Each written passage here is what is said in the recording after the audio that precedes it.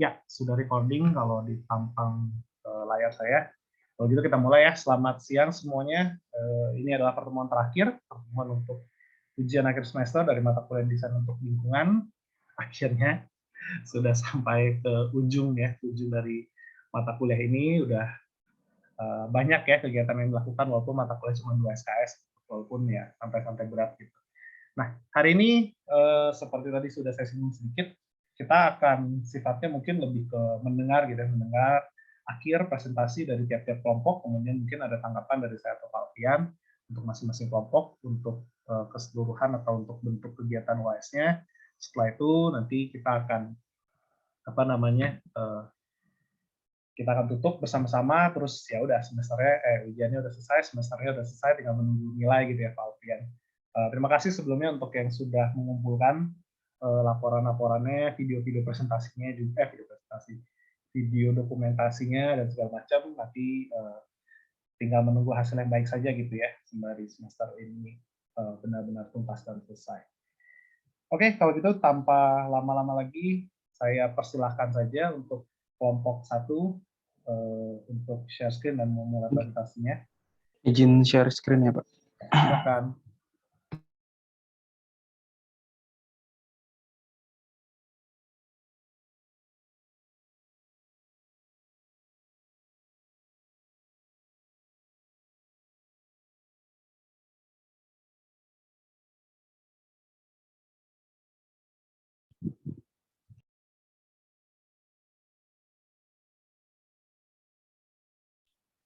Oke, selamat siang Pak Brian dan Pak Alfian dan teman-teman sekalian. Kita dari kelompok media massa akan mempresentasikan final project dari desain untuk lingkungan kita. Next. Nah, kita mendapatkan tema media massa. Nah, dari tema media massa ini akhirnya kita menyetujui untuk di bagian media promosi iklan baru, eco advertising pada sepeda di Jalan Efek Sudirman dan juga Kota Tua. Next. Nah, latar belakangnya pemasangan iklan di kendaraan konvensional. Jadi sudah ada beberapa pemasangan iklan di kendaraan konvensional. Seperti misalnya contohnya ada ads di kendaraan bermotor, ada stiker vinil pada truk, dan juga ada banner-banner lainnya. Nah, itu tuh menimbulkan emisi karbon dioksida dan menggunakan bahan bakar bensin sehingga tidak terlalu efisien secara lingkungan. Next. Nah, lalu kami mencari sebuah solusi di situ. Nah, ada yang namanya eco advertising ini.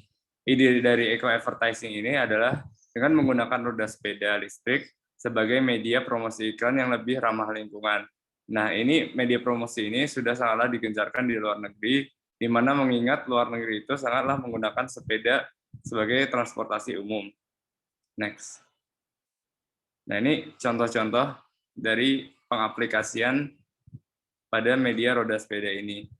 Jadi dia tuh tidak bisa juga untuk menampilkan video animasi seperti itu, tapi jadi tidak hanya still desain gitu. Jadi animasi desain dia juga bisa, tapi frame-nya terbatas. Next. Nah, dari semua itu kita masuk ke benefit sepeda listriknya tersebut. Jadi benefit sepeda listrik ini tentunya menggunakan listrik, tidak menggunakan bahan bakar minyak. Nah, itu tidak menimbulkan polusi sehingga sepeda listrik ini tidak mengeluarkan emisi kendaraan. Nah, terus juga tingkat perawatan yang rendah, tidak memerlukan izin khusus untuk mengendarainya dan tidak memerlukan lahan parkir yang luas. Sumber energi listrik ini digunakan pada sepeda listrik berasal dari baterai atau aki yang menggerakkan motor listrik tersebut. Next.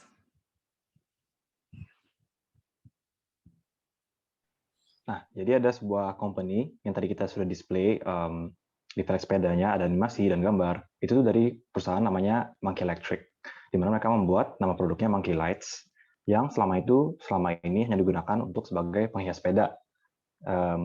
Cara mereka mempromosikannya pun juga sebagai penghias sepeda, dan tujuannya sebenarnya itu untuk memberikan tanda adanya seorang pesepeda di malam hari. Nah, bagaimana produk ini dirancang? Mereka tuh sudah membuatnya secara waterproof dan dustproof. Gitu. Next dulu. Nah, mereka ini cara pemasangannya ada 4 perangkat nih yang dipasang pada velg sepeda. Jadi itu secara vertikal dan secara horizontal gitu ntar pasangnya. Jadi ada bagian di velg sepeda yang memiliki ruang lebih untuk memasang perangkat ini gitu, perangkat Monkey Light Pro ini dari Monkey Electric. Nah, sebuah gambar akan mulai muncul saat orang mengendarainya dengan minimal speed 10 km per jam. Next. Nah, untuk mengetahui tentang speed itu, average of rata-rata orang mengendarai sepeda itu sekitar 10-13 km per jam. Jadi harusnya ini possible dan bisa terlihat gambar akan muncul. Next. Nah, apakah objek desain tersebut merupakan sesuatu yang sustainable? Iya, karena mereka tidak mengkonsumsi bahan bakar bensin gitu kan. Dan mereka tuh dapat bertahan lama karena Monkey Electric ini udah sengaja membuat produk mereka atau barang mereka dengan bahan-bahan yang dapat bertahan lama dengan tujuan emang untuk mengurangi waste. Itu yang mereka sebutkan di bagian pitch mereka. Dan juga mereka ingin orang itu nggak sering-sering ganti atau secepatnya buang gitu, cepat rusak. Mereka tidak ingin itu terjadi. Dan mereka itu cara pemakaiannya itu mengisi baterai di dalam perangkat Monkey Light tadi itu. Next. Oke, jadi kita masuk ke proposal dan gagasan. Jadi untuk proposal dan gagasan, pertama kita menawarkan media baru dalam menggunakan media massa berjalan. Mengingat dampak negatif dari banner-banner yang berjalan itu, di mana ada emisi kendaraan bermotor dan juga penggunaan bahan bakar yang cukup banyak. Kedua, penggunaan listrik yang lebih efisien dibandingkan menggunakan bahan bakar bensin. Selain itu juga tidak ada emisi yang dikeluarkan dari kendaraan tersebut. Jadi lebih ramah lingkungan. Nah, yang ketiga, solusi yang pernah diaplikasikan sebelumnya itu memang pemasangan media massa di velg itu mungkin tidak terlalu relevan di Indonesia. Karena penggunaan sepeda pribadi pun masih cenderung lebih sedikit. Namun, next. Ada contoh-contoh beberapa sepeda di sini. Jadi di Jakarta, terutama di FX Sudirman, Senayan, dan juga Kota Tua, ada jasa penyewaan sepeda. Nah, jasa penyewaan sepeda ini sering sekali digunakan oleh orang-orang sebagai solusi transportasi dari MRT Station A ke Station B, misalnya seperti itu. Dan misalnya di Kota Tua, sepeda ini menjadi suatu objek pariwisata. Nah, di sini kita bisa mengaplikasikan media massa kita di sepeda-sepeda seperti ini. Next. Nah, proposal dan gagasannya adalah pemanfaatan sewa sepeda ini menjadi media promosi pada velgnya. Nah, dengan pemanfaatan sepeda ini bisa lebih mengadvertising ke arah target market pejalan kaki, terutama di FX Sudirman. Dapat diaplikasikan banner berjalan ini dengan penggunaan BND, bahan dasarnya yang menggunakan listrik tersebut tidak menimbulkan emisi dan juga dilihat unik. Next. Untuk refleksinya sendiri, berdasarkan research data dari kelompok kami, kita sudah menentukan ide yang kita tawarkan adalah eco-advertising melalui media promosi sepeda ini. Lalu hal tersebut juga kita sadari karena refleksi kita terhadap lingkungan sekitar, di mana kondisi alam pada saat ini seperti adanya polusi dari motor dan lain-lain, emisi karbon dioksida sudah mempengaruhi global warming yang terjadi. Di samping hal tersebut, keterbatasan yang ada adalah media massa memiliki ruang lingkup yang luas dan berpengaruh serta dipengaruhi oleh banyak orang. Maka hal tersebut juga diperlukan dorongan internal dari setiap individu. Kan kembali lagi karena media massa itu juga mencakup banyak orang. Jadi ketika sesuatu dikeluarkan, kita juga memerlukan partisipasi dari dorongan internal orang lain, yang terkadang mungkin itu menjadi batasan karena hal tersebut tidak bisa dilakukan oleh kita.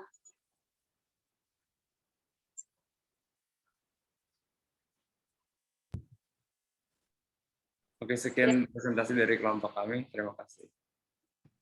Oke, terima kasih dari kelompok 1 atas presentasinya. Silakan mungkin dari Alfian, ada yang mau dikomentari? Boleh sih, ada sih yang mau saya komentari. Mungkin pertama-tama terima kasih dulu ya atas presentasinya dari kelompok 1. Sebenarnya kembali lagi temanya sangat menarik ya. Tema sangat menarik dan solusinya juga real gitu ya. Pastinya benar kalau ngomong zero waste, setidaknya sumber energinya itu sendiri itu ya zero ya kalau pakai energi kinetik ya. Mungkin ya ada waste material segala macam, tapi juga kalau diproduksi dengan kualitas yang baik, ya dia bisa tahan lama segala macam gitu. Dan ya dealing dengan waste-nya sendiri mungkin urusan yang berbeda ya, lebih ke aspek produksi, aspek produsen medianya gitu. Tapi mungkin pertama yang bisa jadi masukan atau bahan pikiran kita semua gitu. Pertama-tama terkait efektivitas ya. Gitu. Karena mungkin iklan di media velg roda gitu ya, itu mungkin bukan yang sudah pernah dilakukan gitu, atau roda sepeda gitu mungkin udah pernah ada, tadi udah dikasih lihat di luar negeri, tapi yang belum kelihatan tuh ukurannya ya, seberapa efektif sih gitu. Nah itu kan sebenarnya kalau kita punya data yang bicara tentang hal tersebut menarik gitu, jadi kita tahu juga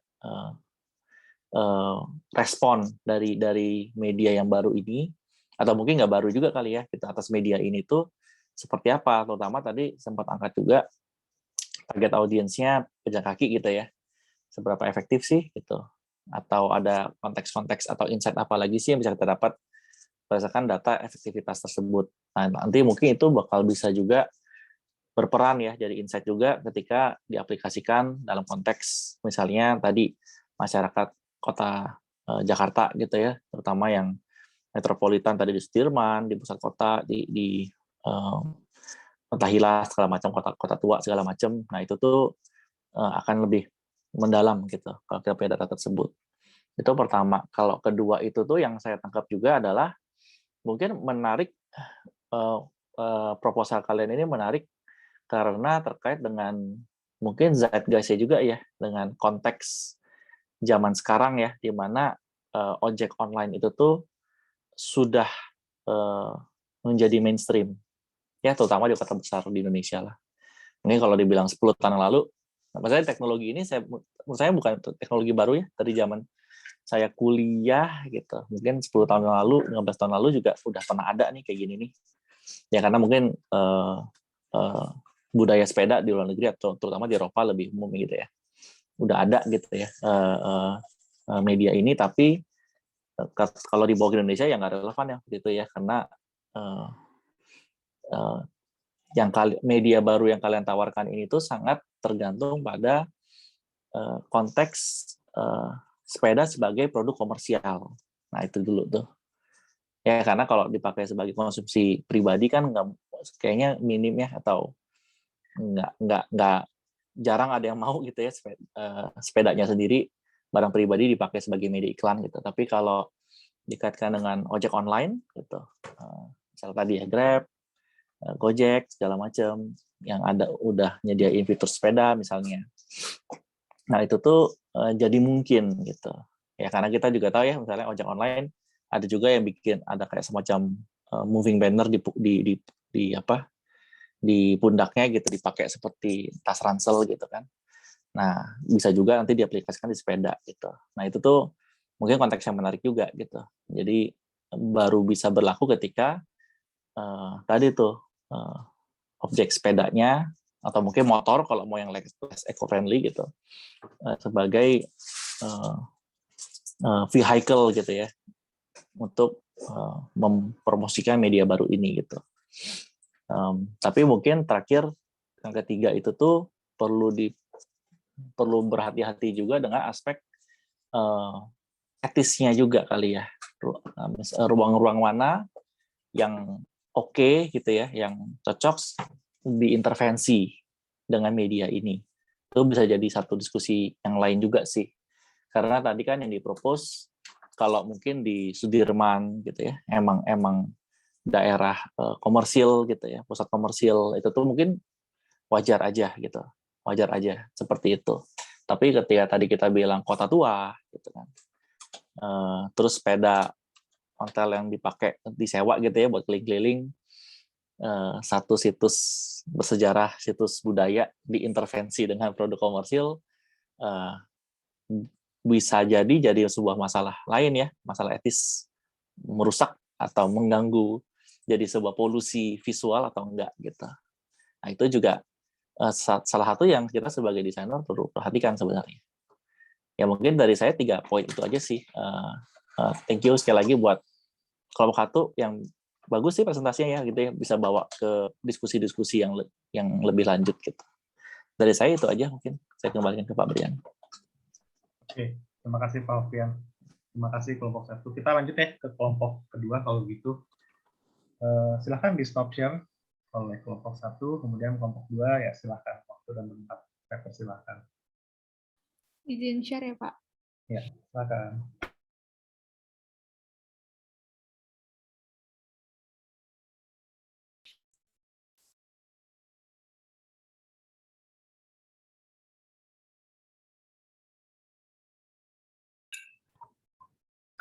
Bukan yang titik.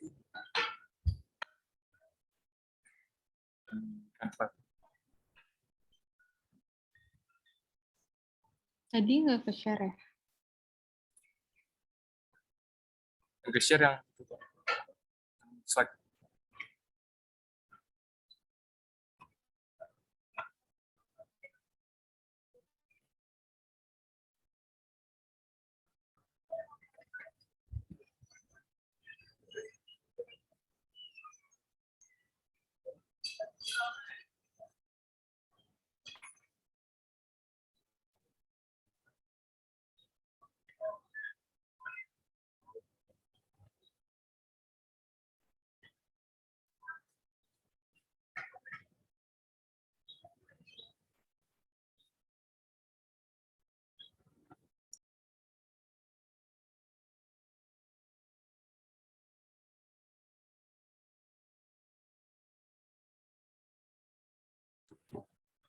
Sudah terlihat belum ya?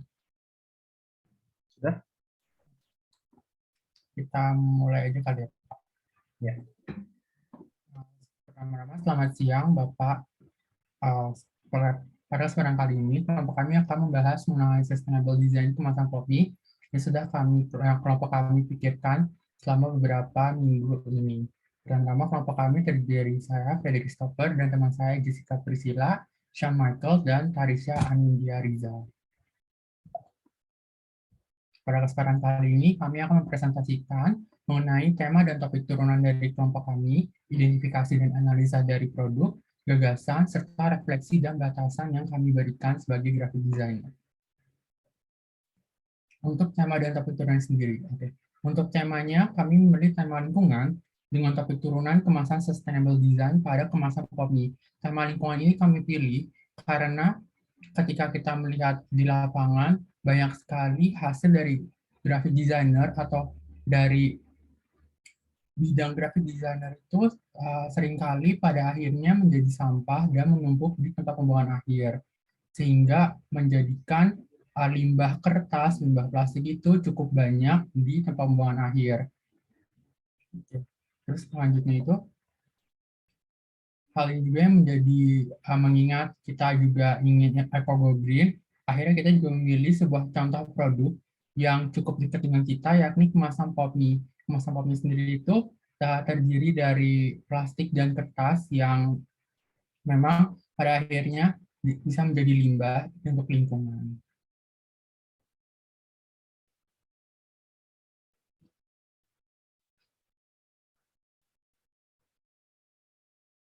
Halo?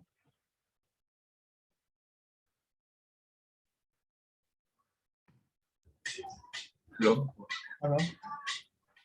Nah, selanjutnya kelompok kami ini mencari sebuah solusi desain pada kemasan kopi, di mana kemasan tersebut memiliki desain yang tidak sustainable karena memiliki 2 lapis kemasan yang berbeda.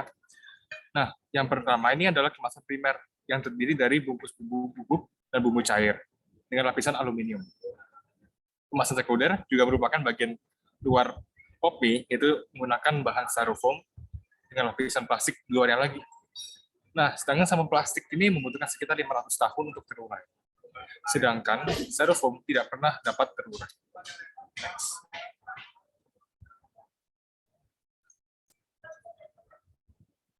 Nah, solusi untuk menyelesaikan masalah unsustainability dari kemasan kopi ini adalah dengan mengganti kemasan primer yang berupa plastik untuk bumbu dengan kemasan biopack untuk mengurangi penggunaan plastik dalam industri makanan. Pada kemasan sekunder, styrofoam pada pop mie juga digantikan dengan bahan namanya biomass eco cups yang mudah untuk didaur ulang, melainkan menggunakan styrofoam yang tidak bisa didaur ulang dan terurai. Selanjutnya akan dijelaskan oleh JP.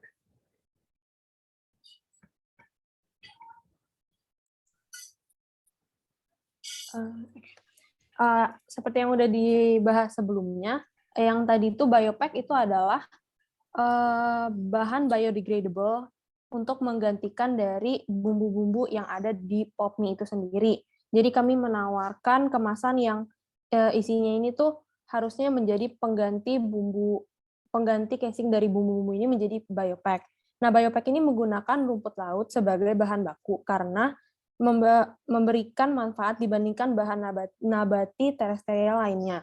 Seperti dia dapat bercocok tanam, tidak membutuhkan pestisida dan pupuk, dan tidak membutuhkan lahan untuk perkebunan. Jadi, ketika biopack ini dipanaskan, dia akan menjadi edible untuk dimakan oleh konsumen gitu. Terus berikutnya kami menggunakan biomass eco cups untuk mengganti bahan dasar kertas menjadi kertas sehingga mudah untuk didaur ulang. Next. Nah, biopack casing ini yang seperti dikatakan sebelumnya ini, dia terurai dalam waktu 4 hingga 6 minggu. Berdasarkan perusahaan yang telah kami wawancara, dibandingkan dengan beberapa ratus tahunnya ini tuh plastik sintetis yang terurai gitu. Next. Berikutnya untuk biomass eco cups ini menggunakan 81% bahan yang berasal dari biomasa dengan menggantikan sebagian plastik yang digunakan dalam wadah dengan plastik biomasa yang berasal dari tumbuhan. Jadi udah kertas, tapi lapisan di dalamnya itu tuh dikasih lapisan yang menggantikan plastik yang dari tumbuhan gitu. Next. Untuk desain solution yang kami tawarkan, seperti yang tadi sudah dibahas sebelumnya oleh Sean, ini secara sketsanya gitu. Dari depan, yang pop mie ini merupakan secondary packaging front view-nya dengan menggunakan bahan biomass eco cups, dan juga yang kanan ini merupakan primary packaging top view untuk biopack casing-nya itu sendiri. Jadi dia langsung ada di atas bakminya. Gitu. Next.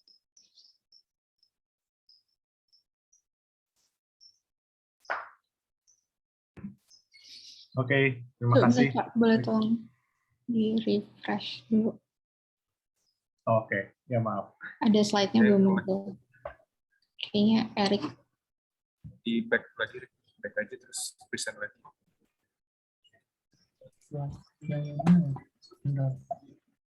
Saya izin stop sharing. Hilang.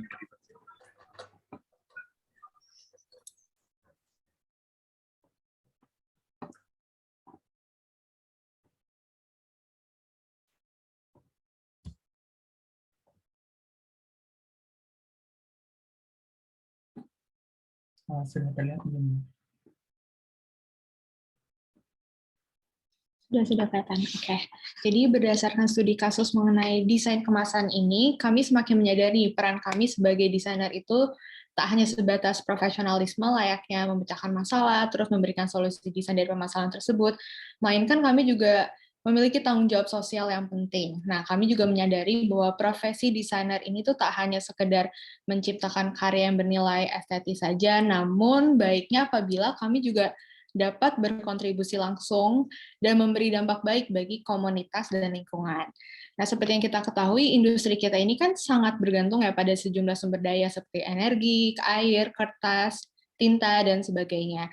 Nah, maka dari itu penting untuk kita sebagai desainer nih, untuk selalu mempertimbangkan kembali semua keputusan yang kita akan ambil. Karena pada akhirnya, setiap keputusan yang kita ambil kan akan memiliki implikasi yang luas dan menentukan seberapa besar sih jejak ekologis yang dihasilkan.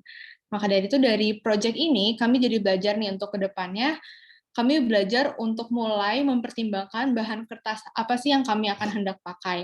Cobalah gunakan bahan kertas yang dari daur ulang. Terus juga cari nih kertas daur ulang itu persentase konten daur ulangnya yang tertinggi. Kedua, pertimbangkan juga bagaimana bahan yang kita hendak gunakan itu mudah didaur ulang lagi kemudian. Ketiga, selain menentukan bahan, kita juga harus lebih wise dalam menentukan perusahaan percetakannya. Kenapa? Karena dengan mempertimbangkan hal tersebut, kita jadi bisa mendorong industri untuk jadi lebih ramah lingkungan. Coba kita pertimbangkan emisi yang dihasilkan perusahaan percetakan, terus cek mereka juga tuh udah punya akreditasi lingkungan atau belum sih, gitu. Boleh next? Lalu, hal-hal apa aja yang tidak dapat kami lakukan? Pertama, hindari penggunaan media bahan yang beracun. Contohnya sesederhananya adalah kertas yang dibuat dari pemutihan pulp itu beracun ya. Terus kedua, hindari mencetak hal-hal yang tidak perlu, misalkan untuk asistensi tugas kuliah, dikit-dikit harus di-print padahal masih salah, kemudian ngulang lagi, nge-print lagi. Nah, ini jadi refleksi bagi diri kita nih, bagi kelompok kami, memangnya apakah benar-benar hal tersebut tuh perlu di-print banget nggak sih? Apakah kita benar-benar membutuhkan mencetak begitu banyak draft desain? Kalau bisa beralih ke digital, mengapa tidak? Nah, dengan itu kita bisa save lebih kertas dan tinta, ya kan? Nah, tapi perlu diingat juga, konsumsi elektronik kita tuh juga bisa berdampak bagi lingkungan. Maka dari itu, sebuah refleksi bagi diri kami juga untuk selalu periksa file size dari desain kami. Semoga semakin besar file size kan, maka makin besar juga kan konsumsi energinya. Maka dengan mengurangi file size sebenarnya merupakan perubahan kecil yang secara kumulatif bisa memiliki efek positif pada konsumsi energi ke depannya. Nah, sekian dari kelompok kami, semoga bisa menjadi bermanfaat bagi teman-teman semua, dan mohon maaf apabila ada kesalahan. Terima kasih.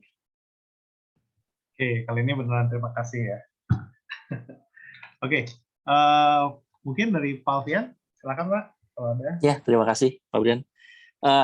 Yang baik lagi terima kasih ya untuk presentasinya. Saya cukup menikmati juga gitu ya. Lebih ya kali ini mungkin lebih teknis gitu. Presentasi kelompok 2 banyak informasi tentang ya bagaimana ya atau material yang biodegradable itu seperti apa ya. Terus tadi ada tips-tips mengenai apa kadar racunnya segala macam. Nah, itu tuh sebenarnya menurut saya menarik sih gitu ya. Jadi sebuah pengetahuan teknis yang ya buat saya sih siapa aja yang baca atau mendengarkan presentasi ini berguna ya rasanya ya gitu ya. Itunya baik banget gitu, dan aplikasinya pun menarik ya untuk produk sehari-hari ya, mie instan. Mungkin masukan dari saya ada 2 hal aja gitu. Pertama tuh kembali lagi yang agak mengusik gitu ya, mengusik saya sendiri itu mungkin produknya itu sendiri ya, produk Popme ya gitu ya, kalau saya boleh sebut mereknya gitu kan. Pasti baik lagi tensionnya atau tarik menariknya antara tanggung jawab moral ya dan etis sebuah perusahaan untuk menjaga lingkungannya atau menghasilkan produk yang ramah lingkungan dengan aspek ekonomis gitu ya, persaingan di pasar dan juga demand dari masyarakat serta pengetahuan masyarakat itu sendiri terhadap seberapa pentingnya aspek ramah lingkungan untuk satu produk makanan seperti mie instan seperti ini tuh pasti ada karakteristik tarik menariknya ya, ada tensionnya di situ ya. Dan ini yang menjadi menarik ya, karena setahu saya Popme sendiri harganya sendiri tuh yang standar ya kalau sekarang harganya kalau nggak 5.500 itu 6.000 rupiah gitu. Sedangkan tadi saya juga sempat baca paper kalian gitu, perbandingannya kalau pakai material yang sekarang itu 150 rupiah ya gitu. Sedangkan untuk material yang biodegradable seperti biopack itu tuh 650 rupiah. Jadi ada harga sekitar 500 rupiah, which is 10% dari harga produknya sendiri gitu. Nah itu tuh pasti baik lagi terkait sama aspek viability ya. Mungkin nggak sih ini gitu. Tapi itu sebenarnya baik lagi di luar tanggung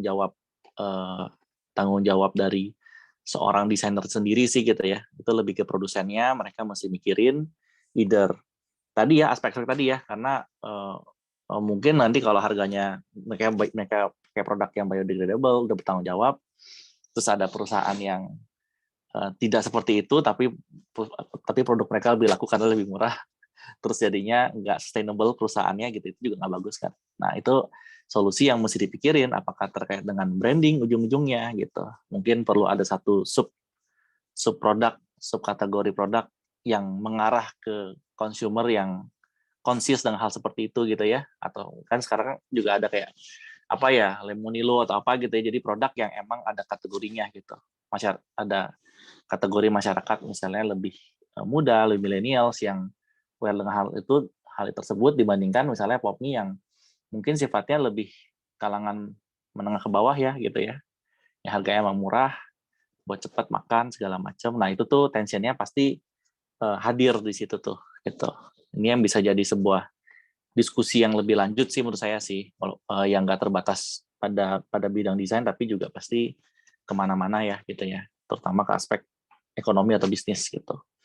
Tapi di luar itu baik lagi menarik sih proposal kalian ya, atau mungkin nanti proposal kalian sendiri juga nggak cuma khusus buat produk Popme gitu ya tadi ya, baik lagi mungkin juga bisa buat produk lain yang emang mau positioningnya seperti itu gitu. Nah itu juga menarik tuh gitu. Mereka emang mencari punya value lebih dibandingkan misalnya produk yang nggak biodegradable gitu. Nah bisa ngarah ke sini juga sih. Jadi ya baik lagi menurut saya sih bisa berguna ya proposal kalian ya. Mungkin dari saya itu aja sih. Saya mau menanggapi refleksi, cuman mungkin bukan tempatnya.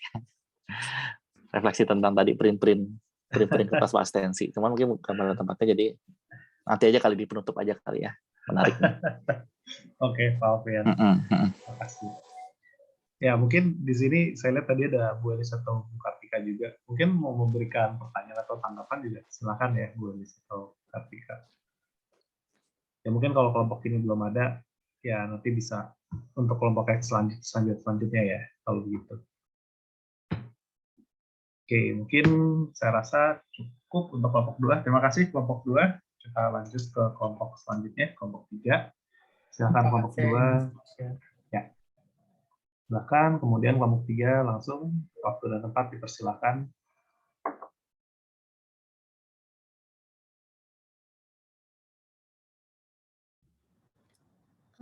Oke, kita izin share screen ya, Pak. Ya, silakan. Udah bisa dilihat belum ya? Ya, sudah terlihat. Oke.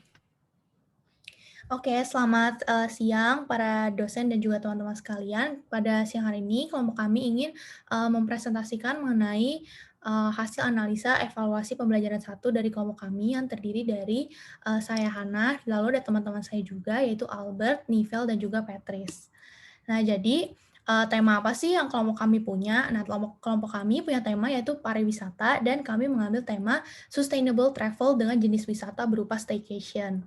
Nah, kira-kira kenapa ya kita pilih staycation nih spesifik banget gitu kan?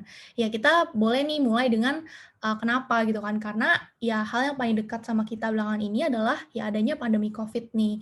Nah, karena COVID ini pariwisata itu jadi menurun, specifically ya pariwisata berpergian gitu. Kenapa? Karena ya tentu saja orang jadi banyak yang takut dan juga banyak larangan juga nih untuk kita pergi-pergi keluar gitu. Nah, jadi kita memilih pariwisata berupa staycation tadi. Nah, staycation itu sendiri apa sih? Nah, staycation sendiri itu adalah sebenarnya liburan yang berhubungan dengan tempat penginapan seperti hotel, villa, rumah, dan tidak banyak berpergian keluar dari ruangan tertutup. yang artinya ya kita stay di dalam ruangan tertutup gitu. Nah, berikutnya, jadi latar belakang tempat yang kita pilih itu adalah Bali. Nah, mungkin kenapa Bali gitu kan ya? Ya kita bisa tahu bahwa di Indonesia itu Bali ini cukup terkenal nih sebagai tempat pariwisata yang paling populer, dan Bali merupakan barometer bagi kemajuan pariwisata di Indonesia. Maka dari itu kita pilih Bali sebagai tempat yang tepat untuk kita analisa. Nah, seperti yang bisa kita lihat bahwa di Bali itu kan populer. Nah, tapi kepopuleran Bali ini pun pasti punya dampak negatif juga nih buat tempat pariwisatanya, buat lingkungannya juga gitu. Di mana ya sebagian besar sungai di Bali itu mulai tercemar nih karena ya adanya limbah berupa limbah rumah tangga, industri maupun sosial ekonomi. Nah, dari yang tadi aku udah bilang itu, maka kita ambil nih bahwa oh iya ternyata banyak limbah ya dalam pariwisata Bali yang akhirnya membuat lingkungannya jadi rusak gitu. Nah, kita ngambil ada sumber sampah dan juga jenis sampah apa sih. Nah, di sini sumber sampah itu sebenarnya ada banyak. Nah, kita ambil salah satunya berupa sumber dari industri, yaitu yang biasanya dari pabrik, hotel, laboratorium, dan juga rumah sakit. Nah, sedangkan jenis sampah itu juga ada banyak tentunya. Nah, tapi sampah yang paling mengganggu lingkungan itu adalah sampah anorganik atau sampah yang sulit terurai atau tidak bisa terurai oleh bakteri seperti plastik, botol, kaca, logam, dan masih banyak lagi. Nah, dari dua hal ini kita ambil satu kesamaan, yaitu apa nih yang adalah sampah hotel dan juga sampah yang bersifat anorganik. Nah, kita menemukan yaitu adalah toiletries atau perlengkapan mandi. Next. Oke, dari pemilihan tema dan topik sustainable travel tadi, kelompok kami jadi pilih objek desain toiletries atau perlengkapan kamar mandi di hotel. Nah, toiletries ini biasanya mencakup produk seperti sampo, sabun, sikat gigi, shower cap, cotton bud, dan juga beserta kemasannya. Next. Nah, kita akan memakai pola pikir cradle to cradle untuk menganalisa objek desain tadi. Jadi pola pikir cradle to cradle ini punya tujuan untuk meminimalkan pengaruh negatif dan meninggalkan jejak ekologis yang positif dari produknya, prosesnya, dan juga diharapkan bisa mewujudkan lingkungan yang lebih sehat dan juga aman bagi manusia. Next. Nah, dari toiletries tadi, kami memilih khususnya sikat gigi sebagai objek desain utama. Nah, kalau dalam perhotelan, toiletries sikat gigi ini merupakan hal yang cukup penting dan wajib disediakan untuk pengunjung hotel. Nah, sikat gigi ini biasanya menggunakan bahan plastik dengan kemasan tambahan berupa box karton atau bahkan bahan plastik lebih lagi untuk melapisinya. Kemasan sikat gigi ini berperan biasanya untuk melindungi isinya dari bakteri, udara, atau air sehingga di dalamnya tetap terjaga higienis. Selain itu, kemasan sikat gigi juga bisa berperan sebagai penyampaian informasi seperti nama hotel dan juga keterangan lainnya. Nah, penggunaan sikat gigi dari hotel ini biasanya digunakan sebagai pengganti kalau misalnya jaga-jaga pengunjung nggak bawa sikat gigi sendiri. Nah, makanya itu seringkali penggunaannya ini hanya sekali saja atau kurang dari 2 minggu, lalu akan segera dibuang beserta dengan kemasannya. Nah, karena ini toiletries hotel sikat gigi ini jadi bersifat kurang sustainable bagi lingkungan karena menghasilkan banyak limbah. Next. Nah, ini adalah beberapa proposal dan gagasan yang kami pikirkan. Beberapa seperti membuat kemasan baru yang bisa digunakan lagi, lalu bisa juga dengan mengganti botol toiletries yang bisa menjadi bisa diisi ulang. Jadi tidak bisa dibawa pulang dan menjadi milik hotel. Lalu shower cap atau sanitary bag yang ada di toiletries juga bisa menggunakan bahan yang lebih tebal sehingga bisa dibawa pulang dan digunakan lagi. Nah, kita memilih untuk memfokuskan gagasan dan solusi dari membuat kemasan dengan bahan yang menjadi lebih mudah terurai dan juga mengganti bahan sikat gigi tersebut menggunakan bahan bambu atau kayu daripada plastik. Nah, menggunakan dasar kerangka cradle to cradle tadi, dengan kita menggunakan bahan yang lebih mudah terurai, bahannya bisa melebur dengan tanah, lalu bisa menjadi dasar untuk menanam pohon-pohon yang baru, jadi bisa terbentuk siklus yang lebih sustainable. Next. Berikutnya adalah cara yang dapat kami analisa, yaitu dengan menggunakan sikat gigi dengan bahan dari bambu, kayu, atau bahan yang plant-based untuk menggantikan bahan dari gagang dari sikat gigi plastik. Selain dari sikat giginya, kami juga memikirkan solusi untuk mengganti bentuk kemasan dengan bentuk sealed bag atau pouch. Nah, jika dibandingkan dengan kemasan box, kemasan bag atau pouch ini memiliki bentuk yang lebih pipi dan juga lebih sedikit menggunakan bahan sehingga dapat mengurangi ruang atau bentuk keseluruhan dari bentuk kemasan tersebut. Next. Selanjutnya adalah tabel perbandingan plastik singkong dan plastik biasa. Dari segi karakteristiknya, plastik singkong dapat lebih cepat terurai, yaitu dalam jangka waktu 2-6 bulan saja. Sedangkan plastik biasa baru dapat terurai selama kurang lebih 100-500 tahun. Kemudian dari segi harganya, memang plastik singkong lebih mahal jika dibandingkan dengan plastik yang biasa. Next. Kemudian ini adalah tabel perbandingan antara sikat gigi bambu dan sikat gigi plastik. Dari segi karakteristik, sikat gigi bambu dapat terdegradasi secara alami dan bahan bambunya sendiri dapat didaur ulang lagi atau bahkan dapat ditanam kembali. Sedangkan sikat gigi plastik dari segi pengolahannya lebih memakan waktu yang banyak dan energi juga yang banyak. Kemudian membutuhkan waktu yang lebih lama sampai bisa terurai secara alami. Kalau dari segi harga, memang sikat gigi bambu lebih mahal jika dibandingkan dengan sikat gigi plastik. Next. Untuk melakukan gagasan tersebut, pastinya membutuhkan biaya yang tidak murah, dan kemungkinan besar hanya dapat dilakukan oleh beberapa hotel saja. Seperti contoh hotel yang sudah mengubah toiletries-nya menjadi lebih sustainable adalah hotel berbintang 5, yaitu Hotel Padma Ubud di Bali. Next. Ketiga gambar berikut merupakan gambaran perbandingan antara hotel yang masih menggunakan kotak-kotak untuk menutupi produknya, yaitu yang ada di gambar A, dan hotel yang sudah mulai mengubah bentuk dan bahan packaging-nya menjadi lebih sustainable, yaitu gambar B dan C. Next. Nah, berikut ini merupakan standar atau tolak ukur bagi suatu hotel untuk mendapatkan rate bintang 5. Nah, kita bisa lihat nih, misalnya di nomor 2, ukuran minimal dari kamar mandi adalah 40 meter persegi. Itu bukan merupakan satu standar kamar mandi kecil gitu. Cost production-nya pasti juga mahal. Nah, di sini dapat dikatakan biaya untuk dari hotel yang berbintang 5 pasti memiliki bukan hanya fasilitas, nilai dan aset, bahkan memiliki budget lebih untuk melakukan cost production.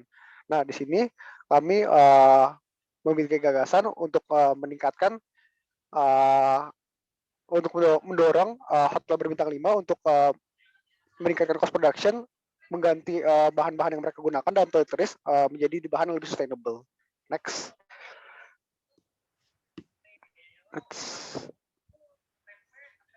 Nah, salah satunya adalah penerapan Green Star Hotel. Nah, Green Star Hotel-nya itu apa sih? Standar Green Star Hotel ini merupakan salah satu standar hotel, bukan hanya dinilai dari kualitas fasilitas, namun sejauh apa hotel memikirkan dan memperhatikan dampak yang mereka berikan ke lingkungan sekitar. Nah, salah satu standar dalam Green Star Hotel ini adalah ketika seberapa banyak produk-produk yang digunakan merupakan produk yang biodegradable gitu. Next. Nah, jadi kesimpulannya kami bergagasan untuk mengaplikasikan kebijakan Green Star Hotel pada perhotelan yang berbintang 5 di Indonesia, khususnya daerah Bali. Jadi ketika satu hotel ingin mendapatkan rate bintang 5, mereka harus mendapatkan tanda Green Star Hotel tersebut. Nah, jadi harapannya ke depannya untuk hotel yang berbintang 5 bukan hanya mereka memiliki kualitas yang tinggi, tetapi juga memperhatikan lingkungan sekitar dan meminimalisir dampak negatif dari banyaknya wisatawan atau turis yang menggunakan toiletries di hotelnya. Next. Next. Nah, ini berikut adalah batasannya. Terakhir batasannya. Yang pertama, kita ada keterbatasan akan jangkauan ke pariwisatawan, karena kita membutuhkan pihak ketiga untuk hasil maksimal seperti pemerintah lokal, hotel, jasa travel, dan sebagainya. Nah, yang kedua, kita ada keterbatasan di luar bidang, karena kita merupakan bidang graphic design, kita kurang tahu nih bahan-bahan atau produk-produk apa yang sustainability bagus gitu. Next. Jadi sebagai refleksi juga, untuk refleksinya kita sebagai desainer grafis bisa mencari data-data terkait topik pariwisata ini dan memberikan gagasan berupa solusi dari segi kemasannya, layout, isi konten, dan juga dan lain-lain. Nah, pada kasus kali ini kelompok kami juga mencoba memberikan solusi dari sisi sampah yang ditimbulkan secara nyata berupa sampah anorganiknya tersebut yang sulit terurai. Jadi sebagai desainer grafis kami hanya bisa mengajukan gagasan berupa aplikasi kebijakan baru dan solusi pada bahan kemasan atau bahan benda-benda produk dari produknya tersebut. Jadi kami juga berusaha untuk ke depannya untuk menjadi lebih sadar akan dampak yang bisa ditimbulkan dari hasil desain kami terhadap lingkungan. Next.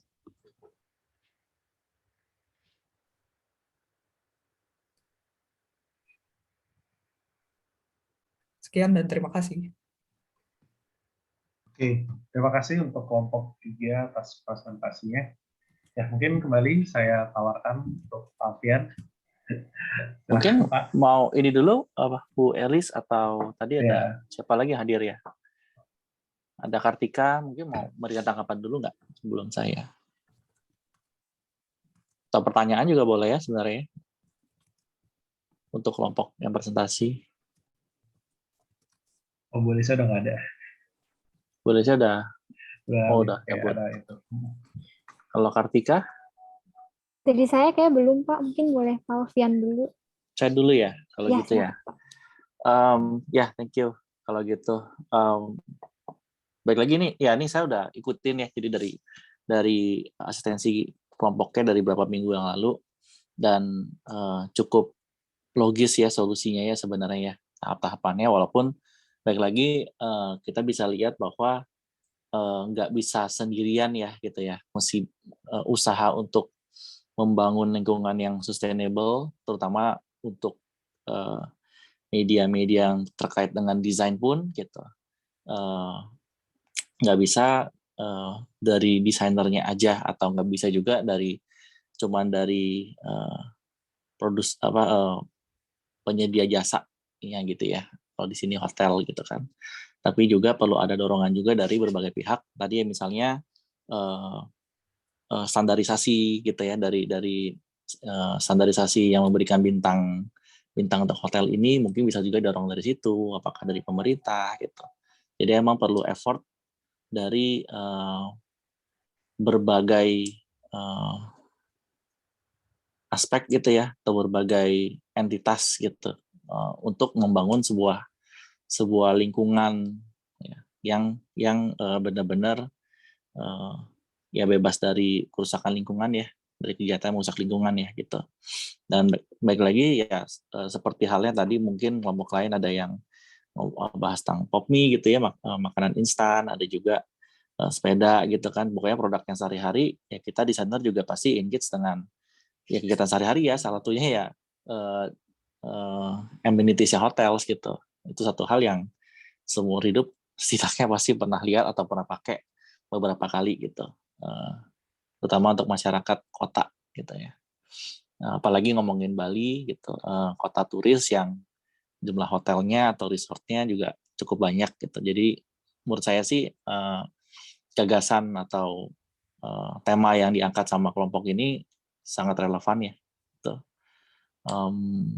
Paling kalau terkait masukan sebenarnya ya kembali lagi ya, karena saya juga tadi sempat baca papernya, mungkin lebih ke aspek teknis sih ya, pendalaman sumbernya gitu, karena ada beberapa informasi yang disajikan sama kelompok ini, kelompok berapa tadi, kelompok 4 ya, kelompok 3 yang saya belum gitu jelas sumber informasi itu dari mana gitu. Misalnya tadi terkait perbandingan harga, karena tadi saya sempat cek papernya juga nggak ada, di presentasi juga nggak ada gitu ya. Terus juga misalnya tadi tuh mengaplikasikan kebijakan Green Star Hotel ini tuh, maksudnya apakah ini emang masukan dari kelompoknya 100% atau memang udah ada konsep ini gitu ya, ada satu organisasi entah lokal, internasional, atau pemerintah yang mengajukan hal ini gitu. Tadi tuh sumber informasinya itu saya belum gitu jelas sih gitu ya. Terus juga tadi tentang peraturan hotel bintang 5 juga ya, kayaknya juga sumber datanya saya nggak ketemu sih kalau di paper datangnya dari mana. Mungkin kelompoknya sendiri bisa lengkapin di papernya, nanti bisa revisi gitu ya. supaya jelas tadi yang mana yang merupakan hasil riset kalian, yang mana yang merupakan proposal kalian murni gitu. Misalnya kalian benar-benar tadi tuh, oh kami punya gagasan Pak, ada sebuah title yang namanya Green Star Hotel misalnya, itu original proposal kami. Nah itu jadinya jelas tuh pembagiannya seperti apa di presentasi maupun di paper kalian gitu. Ya, nah karena kalau udah tahu sumber-sumbernya, baru nanti kita bisa muncul diskusi-diskusi lebih lanjut ya. Misalnya tadi tuh Green Star Hotel ini yang memberikan siapa? Apakah pemerintah? Apakah ada certain LSM atau seperti apakah perusahaan swasta lain gitu ya, kayak Michelin Star gitu kan, dari perusahaan ban Michelin ya sebenarnya gitu ya. Standarnya dari satu perusahaan swasta yang lain gitu. Nah, itu kan sebenarnya diskusi yang lain lagi yang juga menarik gitu. Atau apakah di bawah PBB gitu ya, salah organisasi di bawah PBB gitu kan yang memberikan gitu. Ya mungkin itu sih tanggapan yang bisa saya kasih ya buat kelompoknya ya. Sebenarnya balik lagi menarik banget untuk digali lebih lanjut sih, karena ini terkait dengan kebijakan yang sifatnya top down ya.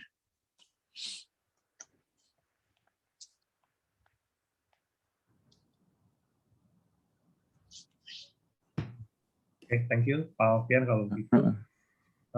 Ya mungkin kalau saya komentar sedikit, sebenarnya idenya cukup menarik gitu ya. Cuman mungkin cara membahas atau mempresentasikannya itu memang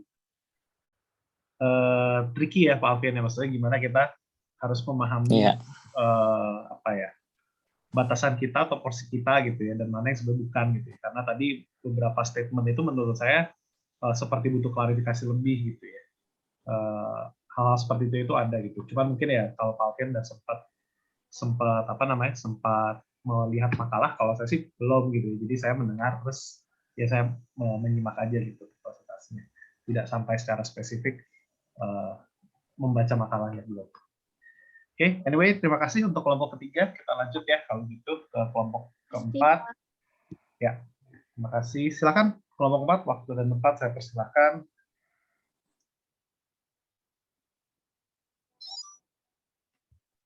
Kelompok keempat.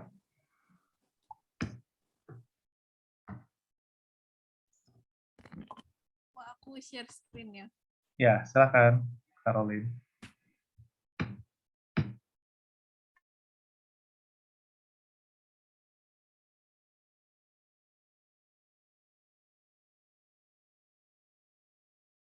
Udah kelihatan belum ya? Sudah?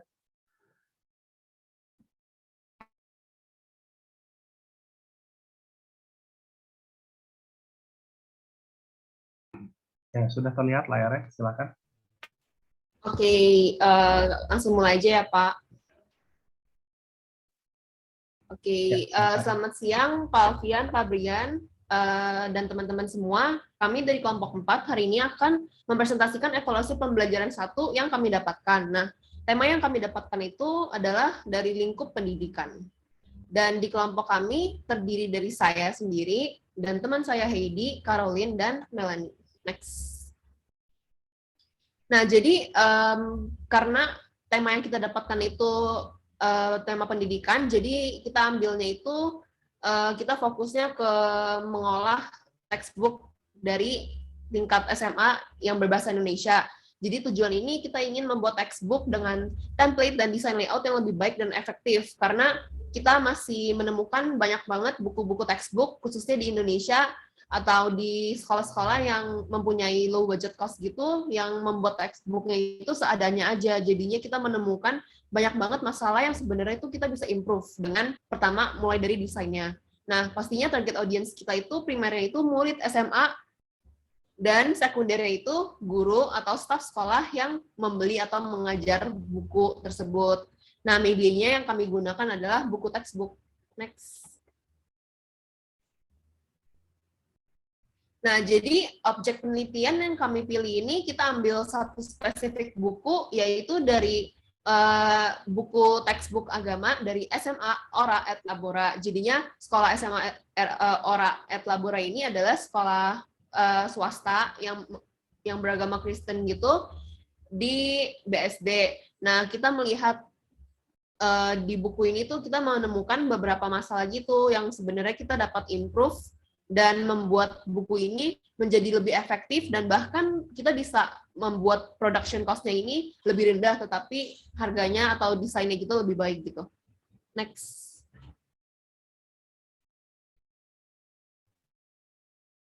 Nah, jadi kenapa sih harus kita meredesain buku? Pastinya kita ingin membantu anak-anak untuk memiliki efektivitas belajar yang lebih baik. Soalnya kalau kita sebagai orang dewasa sekarang ini, pastinya kita harus memiliki dasar yang bagus itu. Nah, kan sebelum kita masuk ke perkuliahan, pastinya sekolah SMA atau SMP kita ini juga harus baik karena akan mempengaruhi pertumbuhan kita sendiri, khususnya di dalam dunia pendidikan. Next. Nah, jadi pengaruh dari sustainable design dari bidang pendidikan ini, yang tadi saya sudah jelaskan, kita ingin meningkatkan efektivitas belajar dan mengajar, dan memberikan kemudahan bagi para pelajar untuk menggunakan bukunya lebih baik lagi, meningkatkan minat untuk belajar, dan juga dengan harga yang kita udah coba meminimalisir sebaik mungkin itu, kenapa enggak kalau kita emang bisa dapat buku yang lebih murah dan tetap bagus. Jadinya kita tuh menemukan di buku ini banyak teks, jadinya kita ingin memberikan proposal atau kayak analisis-analisis dari yang kita buat ini, beberapa sugesti yang bisa meningkatkan pembelajaran anak dan meningkatkan minat mereka untuk membaca. Next. Nah, selanjutnya jika melihat teori cradle to grave with hierarchy and cradle to cradle, nah jadinya tuh si desain buku agama ini tuh dinilai tidak sustainable karena jadinya penggunaan si buku agama ini kan sistemnya kalau misalkan di sekolah tadi itu dia tuh jadinya ada kayak kegiatan gitu, dan itu tuh harus diisi langsung di bukunya, jadi kayak secara tidak langsung kayak memaksa murid juga buat terus-terusan beli buku, jadinya ini buku tuh nggak bisa di-reuse ulang buat dipakai lagi gitu. Nah, kalau kita ini mendesain buku pelajaran ini itu dianggap sebagai tahap awal, yaitu pencegahan atau prevention. Nah, ini karena tujuan dari mendesain buku pelajaran ini itu untuk membatasi jumlah halaman yang digunakan. Nah, tetapi lebih dari itu juga membuat biaya produksi itu menjadi sepadan dengan biaya dan waste. Jadinya membuat item ini tuh lebih bergunanya tuh dengan maksimal, tapi kayak nggak bikin ada yang terbuang gitu juga. Nah, jadinya buku ini kan konsist dari beberapa halaman gitu kan. Jadinya kita ambil beberapa bagian yang dapat menjadi wakilnya gitu ya untuk kita redesign. Jadi ada judul babnya, covernya, pengantar, uraian materi, dan penutup. Next. Berikut adalah kekurangan dari bagian-bagian buku agama ini. Bagian yang pertama yaitu sampul. Seperti yang kalian tahu, kalau misalnya bagian sampul itu pasti sangat penting, karena kan pasti yang kita lihat pertama kali dalam sebuah buku itu adalah covernya. Jadi kalau nggak menarik, rasa kita untuk membeli atau membaca buku tersebut jadi menurun. Jadi bisa dilihat cover sampul buku agama ini terlihat kurang menarik, karena pemilihan typeface-nya yang kurang konsisten atau beda-beda. Lalu pemilihan warna yang kurang cocok. Pemilihan warna juga tentunya berkontribusi banyak dalam mendesain sebuah cover, karena terkadang kan pasti warna menjadi bagian yang paling terlihat di sebuah cover, kayak yang paling eye-catching-nya. Nah, terus pemilihan warna background di sini juga mempengaruhi penempatan logo yang terdapat di ujung kiri. Logo menjadi tidak terlihat dengan jelas atau berkamuflase. Next. Yang kedua adalah bagian pembukaan bab. Dapat dilihat di bagian kotak berwarna kuning kalau misalnya penggunaan tempatnya itu kurang efisien dan terlalu banyak space kosong yang seharusnya dapat diisi lagi. Seperti bagian space antara judul dan pengantar yang terlalu jauh. Next, berikutnya bagian materi dari buku. Dapat dilihat juga kalau bagian halaman ini itu terlalu text-oriented dan terlalu monoton atau membosankan. Apalagi kalau misalnya materi atau subjek pembelajaran ini bukan hal yang kita suka. Jadi kayak udah males, tambah males lagi karena buku yang halamannya seperti ini. Jadi isinya ya kayak tulisan semua gitu. Beda kalau misalkan kita lagi baca novel, mostly kan pasti kalau baca novel juga seperti ini gitu ya, text oriented. Cuman ya kita ada kemauan untuk membaca tulisan tersebut. Beda kan sama ini, soalnya kadang murid-murid zaman sekarang juga suka bosen sama pelajaran agama. Berikutnya juga nggak ada gambar sama sekali. Memang nggak semua teks itu bisa divisualisasikan, cuman menurut kami sebuah ilustrasi itu lumayan penting untuk menjadi sebuah tanda kutip break dari halaman yang penuh banget sama paragraf. Next. Selanjutnya bagian penutup. Bisa dilihat bagian yang ditunjuk, bagian tersebut mempunyai space yang terlalu sedikit, padahal di soal A itu diminta untuk menuliskan refleksi. Jadi nggak akan cukup kan spaces gitu. Di bagian bawah halaman ini juga masih mempunyai banyak space kosong. Seharusnya bagian B dan C bisa diturunkan sedikit untuk membuat space menulis bagian A. Next, yang kelima, bagian uji kompetensi. Dapat dilihat juga space-space kosong yang dikotakin berwarna kuning itu seharusnya bisa dimanfaatkan untuk penggunaan 2 kolom, agar bisa memuat pertanyaan-pertanyaan yang lebih banyak. Jadi kalau hanya 1 kolom seperti ini, kesannya jadi membuang-buang halaman. Berikutnya, jadi kekurangan untuk buku agama ini secara menyeluruh, yang pertama, layout-nya itu kurang menarik. Seperti yang tadi udah dikatakan, buku ini tuh terlalu text-oriented dan tidak ada gambar atau ilustrasi sama sekali di bagian materi buku. Lalu penggunaan spasi yang kurang baik, walaupun juga ada kelebihan yang kami temukan, kalau misalnya penggunaan margin di buku ini juga sebenarnya cukup baik. Lalu penggunaan bahan kertas yang kurang bagus, yaitu kertas koran. Jadi tulisan-tulisan di buku ini tuh terlihat sedikit remang-remang dan blur, atau nggak kelihatan jelas. Sebenarnya juga ada bagian gambar-gambar di bagian halaman awal-awal buku ini, cuman gara-gara tadi kertas koran, jadi gambarnya tuh jadi nggak jelas.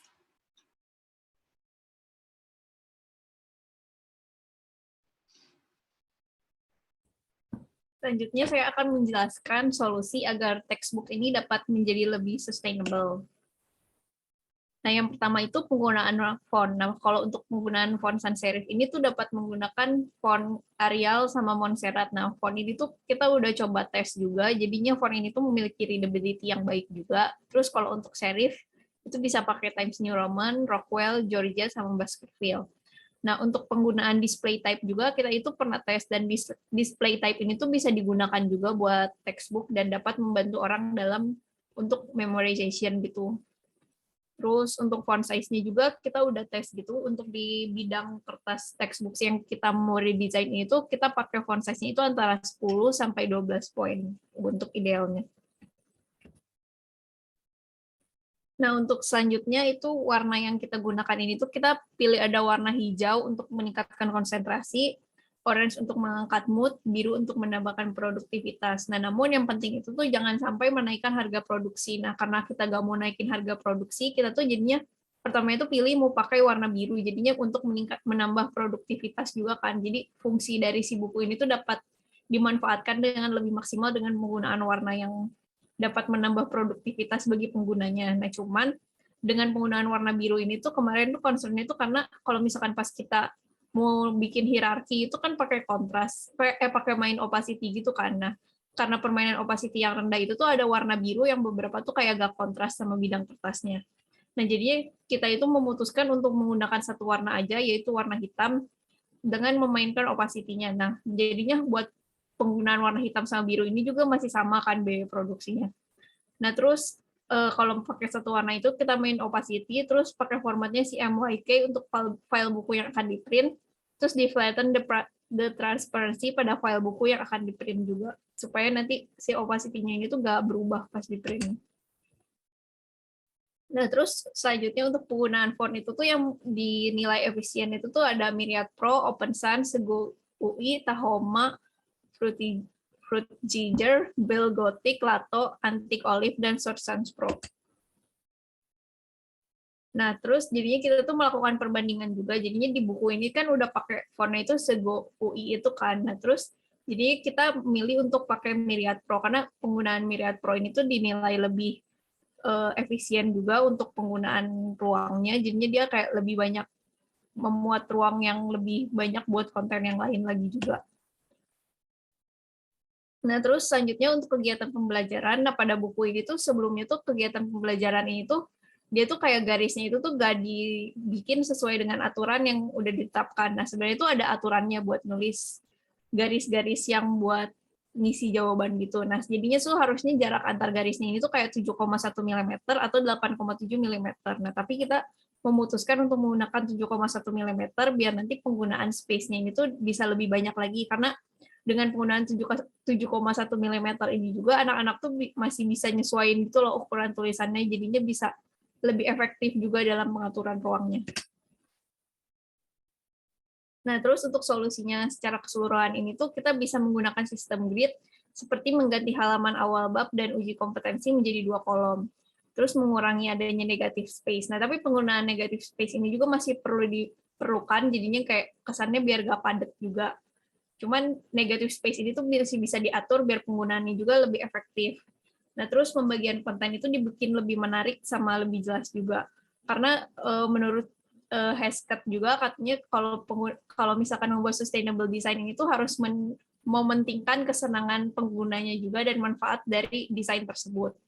Nah, terus menambah gambar atau elemen grafis di antara paragraf-paragraf panjang, terus membuat cover yang lebih menarik, dan juga menggunakan kertas HBS yang lebih ideal. Nah, kita juga bisa pakai kertas daur ulang untuk menghemat biaya produksi, tapi kita juga harus lihat apakah si kertas ini tuh bisa kontras sama si teks yang akan dicetak di bidangnya. Nah, terus selanjutnya juga kita tuh menggunakan adanya ilustrasi, karena tadinya sebelumnya kan di bukunya nggak pakai ilustrasi. Nah, karena menurut si Hesketh itu yang tadi aku udah bilang, karena dia tuh kayak mementingkan kesenangan dari si penggunanya juga. Nah, kalau misalkan terlalu text oriented itu kan kayak si penggunanya juga jadi kayak gak nyaman gitu buat baca bukunya dan malah nggak punya keinginan buat menggunakan buku tersebut. Terus ini untuk desain covernya, kita melakukan redesign juga untuk covernya untuk bikin bukunya ini jadi lebih menarik lagi. Nah, terdapat juga tapi beberapa batasan yang kita dapat lakukan sebagai desainer grafis. Nah, kalau yang dapat kita lakukan itu menciptakan textbook yang lebih efektif, tapi nggak boleh ngurangin manfaat dari textbook tersebut. Nah, terus juga kita dapat mempertimbangkan penggunaan material dalam perancangan textbook, dan juga kita dapat membuat textbook yang lebih menarik, namun desainnya itu lebih efektif. Jadinya penggunaannya itu lebih fungsional gitu, jadinya nggak ada yang kayak nggak ada fungsinya. Nah, terus yang tidak dapat dilakukan sebagai desainer grafis itu kita nggak boleh menghilangkan manfaat utama yang ada dari textbook tersebut. Terus jangan juga mempersulit pengguna textbook dengan desain textbook yang malah akhirnya itu malah jadi membingungkan. Terus juga nggak boleh merubah konten yang udah ada dari textbooknya juga. Nah, terus perubahan yang kita lakukan ini juga tuh nggak boleh malah jadi bikin biayanya itu lebih besar daripada yang sebelumnya.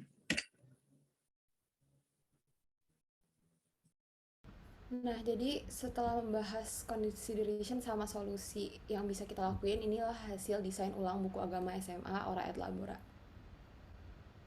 Next. Nah, jadi secara menyeluruh, kita itu baginya menggunakan grid gitu kan, yang tadinya itu cuma 1 kolom buat teksnya semua, kita akhirnya bagi jadi 2 kolom. Jadi kita tuh ngelihat dari banyak space yang kosong ini, itu banyak peluang besar untuk menggunakan 2 kolom agar lebih efisien. Nah, 2 kolom ini kita menggunakan 5 mm gutter.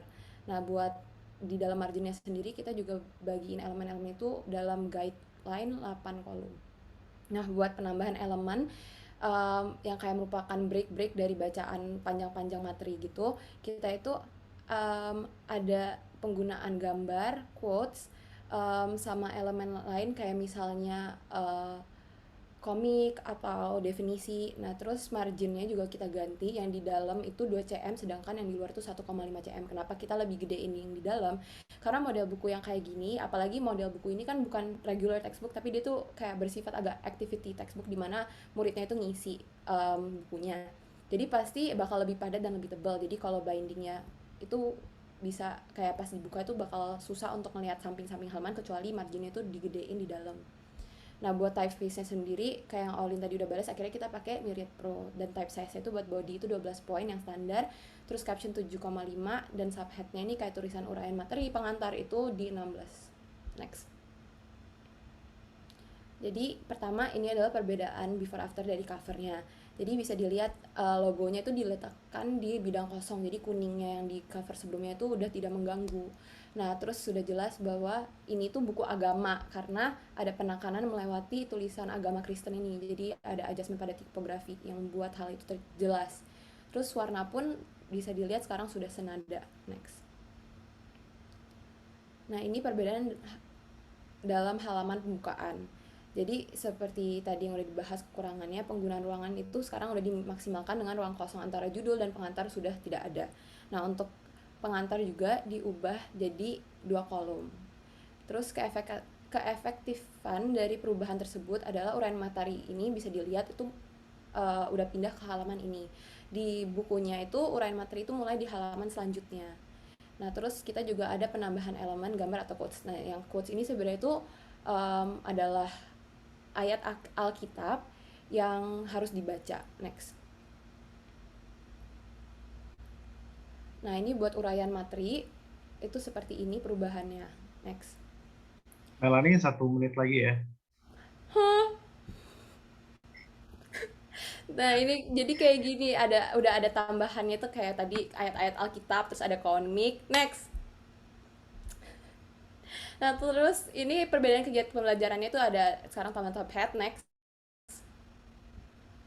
Terus ini perbedaan penutupnya, yang tadinya sebelumnya refleksinya itu nggak ada tambahan garis, sekarang kita kasih tempat untuk garis karena refleksinya itu disuruh untuk ditulis. Nah, kalau ditulis harusnya ada garis dong. Next. Nah, ini buat uji kompetensi. Nah, ini best part dari kita karena ini sangat efektif. Kalau di aslinya itu cuma nyampe 5 dan kepotong. Kalau di punya kita, karena kita udah pakai 2 kolom, itu nyampe 6. 6 itu pun kita udah pakai foto. Jadi, sangat dilihat keefektifannya penggunaan 2 kolom ini. Next. Terakhir itu running head. Jadi running head ini menurut kita nggak terlalu signifikan karena emang di awal bab itu udah ada penjelasan lah ini bab apa. Jadi dari sebelumnya itu kan ada 2 garis nih penggunaan babnya. Sekarang kita jadiin 1 garis aja dan opacity-nya agak low dan font size-nya tuh kecil. Next. Nah, ini overall-nya kayak gini. Next. Nah, terus ini refleksi dan rekomendasi dari kita. Jadi kayak ya gimana sih kita biar bikin textbook ini nggak wasting gitu. Ya pertama ada kayak sistem library borrowing, terus atau kita bisa dijual, textbook kita dijual lagi atau nanti diberikan sama adik kita. Terus kita juga bisa robek-robek untuk dijadikan packaging dari barang, atau kita bisa recycle atau jual kiloan. Sekian dari kelompok kami, terima kasih. Oke, terima kasih. Ini kelompok yang memakan 2 kali lipat waktu. Nggak apa-apa, tadi saya juga miss gitu, terus ini kayak udah lewat, terus saya remind di chat tidak merubah pace Melanie gitu, kayak tetap lambat, saya ngomong aja. Terima kasih Melanie ya, mungkin karena keterbatasan waktu jadi singkat saja kali ya Pak Alfian, silakan Pak. Iya. Thank you. Oke, thank you Alfian. Justru nih saya catatannya paling banyak sebenarnya. Ya udah singkat aja. Lumayan sama juga. Ya. Thank you kelompok 4 ya berarti ini ya. Untuk presentasinya menarik banget ya. Tadi saya dibilang banyak banget yang mau saya omongin. Mungkin singkat aja. Mungkin yang menarik buat saya berarti berdasarkan presentasinya sustainability itu dapat diaplikasikan ya. Bukan dalam nggak cuma untuk satu hal yang besar gitu seperti tadi ya apa barangnya mesti eco-friendly atau segala macam, tapi sebenarnya dengan mengaplikasikan prinsip desain yang baik aja gitu. Kita tuh sebenarnya bisa buat satu produk atau satu jasa gitu ya, itu tuh lebih sustainable gitu ya. Yang saya dan ini tuh menarik ya karena bisa jadi satu added value sebagai seorang desainer gitu. Yang saya lihat tadi dengan aplikasi prinsip design, selain improve kualitas pembelajarannya ya, bisa improve kualitas pembelajaran, selain itu juga bisa improve penggunaan space dan materialnya gitu. Nah itu tuh menarik ya gitu. Apalagi kalau kita lihat pasti kalau yang namanya sustainable, kalau berdasarkan presentasi kalian tuh ada nggak cuma ngomongin satu hal ya, tapi saya bisa tangkap 3 hal. Pertama tuh sustainable di bidang efisiensi material tadi ya, mengurangi waste gitu, atau memaksimalkan space gitu ya. Kedua itu tuh sustainable dalam artian lebih menarik ya, lebih engaging, jadi pengen dipakai lagi baik untuk orang yang sama ataupun mungkin bisa diberikan untuk generasi yang lain, itu orang lain dan orang lain tertarik untuk baca juga gitu. Jadi dengan desain yang menarik aja bisa meningkatkan hal tersebut. Terakhir ya mungkin kalau menarik buat orang lain ya bisa economically sustainable ya gitu ya. Ya, jadi bisa menghasilkan lagi produk yang sama berkualitasnya gitu. Ya mungkin dari sesi itu aja sih. Terakhir ya, satu lagi deh, menarik itu ya yang diangkat aspek pendidikan ya gitu ya, hal-hal kecil seperti ini yang kadang-kadang terlewat ya oleh kita sebagai desainer. Tahunya ya mungkin jasa dan produk yang benar-benar komersil ya, seperti ya mungkin social media marketplace segala macam gitu yang lagi populer, tapi hal-hal yang mungkin luput yang nggak terlalu komersil gitu ya, seperti pendidikan juga butuh desain gitu. Jadi itu aja sih mungkin yang bisa saya tambahin sekarang. Thank you. Oke, terima kasih Pak Alfian. Terima kasih juga kelompok 4. Kita lanjut saja ya untuk coba mengejar waktu. Silakan di stop share screen, kita lanjut ke kelompok 5. Silakan kelompok 5, waktu 4, silakan. Oke, ini saya izin share screen ya. Ya, silakan. Udah kelihatan belum ya? Sudah. Oke. Ya, langsung mulai ya. Jadi selamat siang semuanya. Jadi pada hari ini kelompok kami ini akan menjelaskan Sustainable Graphic Design dalam pembangunan ekonomi dan juga usaha. Jadi next. Nah, jadi pendekatan Sustainable Graphic Design ini sebenarnya udah mulai banyak diterapkan oleh pengusaha bisnis ekonomi dan usaha dalam tinjauannya terhadap pengaruh bisnis ekonominya terhadap keadaan lingkungan hidup sekarang. Nah, selain itu tujuan mereka itu juga untuk meningkatkan value dari brand mereka, karena masyarakat pada era ini kan sudah mulai meningkat kesadarannya akan pelestarian lingkungan gitu. Nah, namun setelah kita riset, jadi beberapa implementasi dari upaya-upaya mereka ini cenderung masih keliru karena mereka tuh hanya memikirkan untuk menggantikan bahan yang lebih eco-friendly. Jadi meskipun pergantian bahan material ini tetap bisa dibilang menjadi bagian dari sustainability, tapi sebenarnya masih banyak hal yang bisa kita gali. Jadi kayak contohnya tuh pengolahan tipografi ataupun meminimalisirkan bentuk dari bidang kemasan tersebut. Nah, jadi pada proses pemasaran bidang ekonomi atau usaha, bisa dibilang kemasan ini kan menjadi jembatan antara suatu usaha kepada konsumennya. Karena kemasan ini didesain dengan sedemikian rupa agar konsumen ini bisa membeli produknya dan usahanya juga bisa jalan. Nah, jadi masalah yang sering ditemui pada kemasan yang beredar di pasaran ini, yaitu pesan yang tercetak pada kemasan dan juga mungkin botol kemasannya itu terkadang ada pengulangan informasi. Jadi pada beberapa bagian tuh kayak kedouble gitu informasinya yang sebagaimana seharusnya hal itu tidak diperlukan karena ujung-ujungnya juga pasti ada salah satu yang dibuang itu kayak box luarnya. Terus menurut riset yang telah kami lakukan, jadi menurut perkiraan itu ada biaya yang dikeluarkan pada kemasan produk, terutama produk kosmetik atau perawatan wajah, itu sebenarnya setinggi 30% dari biaya jual produknya. Karena biasanya mungkin brand-brand tuh mau produknya terlihat lebih estetik gitu. Nah, biaya ini kan sebenarnya membebani pihak perusahaan dan juga konsumen. Jadi solusi yang bisa kita lakukan yaitu dengan meminimalisirkan ukuran serta berat dari kemasan, sehingga selain mengurangi biaya produksi, itu juga bisa berdampak positif pada lingkungan karena lebih menggunakan less paper material yang digunakan gitu. Next. Nah, untuk objek desain kelompok kami itu mengangkat kemasan produk dari perawatan wajah. Nah, yang kayak tadi Anika udah bilang kan kadang kemasannya tuh ada 2 lapisan dan suka kedouble kontennya gitu. Nah, contohnya kayak gini, kira-kira bagian dusnya itu mungkin memuat konten informasi yang sebenarnya udah tertera di label yang tertempel pada botol kemasan. Nah, untuk produk perawatan wajahnya ini kami mengangkat merek dari Kiehl's. Jadi Kiehl's ini tuh produk produsen kosmetik dari Amerika Serikat dan dia tuh spesialisasi di perawatan kulit, badan dan juga rambut. Nah, Kiehl's ini juga terkenal dengan pendekatan desainnya tuh yang sederhana dan mengutamakan nilai kepraktisannya.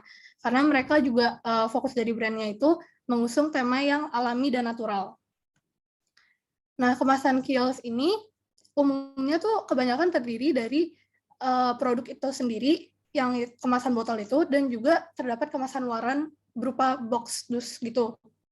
Nah, pada pembahasan kelompok kami ini kami mengambil contoh objeknya itu serum dari Kiehl's. Nah, kalau misalnya kita lihat secara sekilas pun tuh kemasan cetak yang ada di botol yang ditempel itu tuh walaupun dilihat secara sekilas itu tuh tampak identik dengan konten yang ada di dalam box-nya. Kayak tulisan-tulisannya. Nah, berikut ini permasalahan yang kita coba analisa dan kita temukan, di mana terdapat pengulangan konten pada kemasan box yang sudah tercantum pada kemasan label. Nah, ini yang seperti saya udah buletin, itu tuh di dalam kemasan box itu sebenarnya udah tercantum di bagian label serumnya. Jadi di depan sama di belakangnya itu juga udah ada gitu.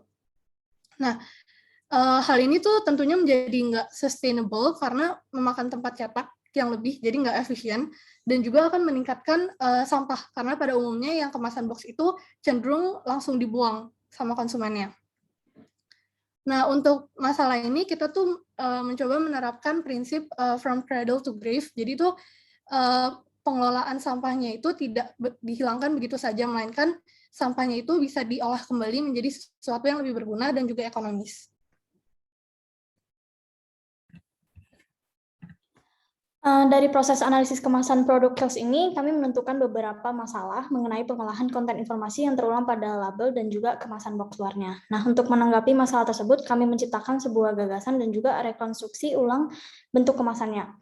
Kemasan awalnya adalah box tertutup di keempat sisi, kami rekonstruksi menjadi box 2 sisi terbuka. Pengurangan ini tentu membuat proses produksi lebih efisien dan juga lebih sustainable terhadap lingkungan karena mengurangi luas material yang digunakan. Next. Ini sketsa awal kami. Next. Terus ini bentangannya. Next. Jadi label pada botol nggak terjadi perubahan karena memang udah memuat info-info penting yang bersifat mandatory sesuai dengan kepentingan brand Kiehl's tersebut. Jadi kemasan label ini menjadi principal display panel yang membuat identitas brand. Perubahan yang signifikan terjadi pada kemasan luar boxnya. Pada beberapa bagian hanya mengulangi informasi yang udah ada di label botol. Maka dari itu kami mengurangi info yang berulang tanpa mengurangi info yang lain. Gagasan mengenai kemasan ini yaitu mengurangi sisi pada box bagian depan dan belakang karena konten depan dan belakang boxnya itu hanya kontennya itu repetisi dari yang udah ada pada label botol. Terus ukuran kemasan boxnya diperkecil tingginya sesuai dengan menyesuaikan dengan ukuran botolnya tanpa pipetnya. Terus bahan kertas yang digunakan boxnya juga diganti ke bahan yang ramah lingkungan dan biodegradable agar dapat diolah kembali sesuai dengan prinsip cradle to grave. Pada kemasan ini memanfaatkan seluruh bidangnya untuk dicetak. Tentunya pada bagian dalam box tersebut tetap ada konten yang hierarkinya itu lebih rendah dibandingkan konten yang di luar. Hal ini bisa menghemat biaya produksi lebih dari 50% dari biaya produksi box sebelumnya. Keamanan produk juga aman karena adanya desain penyangga di bagian bawah yang dirancang ukurannya sesuai dengan ukuran botol, sehingga nggak akan lepas. Terus bagian atas juga ada penyangga buat tutup botolnya untuk menambah keamanan. Tampilannya yang minimalis dan bahan yang sustainable dirancang sesuai dengan value brand Kiehl's yang mengutamakan kesederhanaan dan kepraktisan. Next. Seorang desainer grafis ikut serta berkontribusi dalam menjaga lingkungan agar menjadi lebih baik, dan desainer grafis memiliki peran yang penting sebagai komunikator antara pengusaha dan klien. Selain itu, desainer grafis juga berperan untuk mengubah informasi yang kompleks menjadi sesuatu pesan yang lebih mudah untuk dicerna atau yang dikenal dengan user-friendly. Hal ini dilakukan dengan cara mengurangi luas kemasan produk sehingga mengolah bentuk serta tipografi.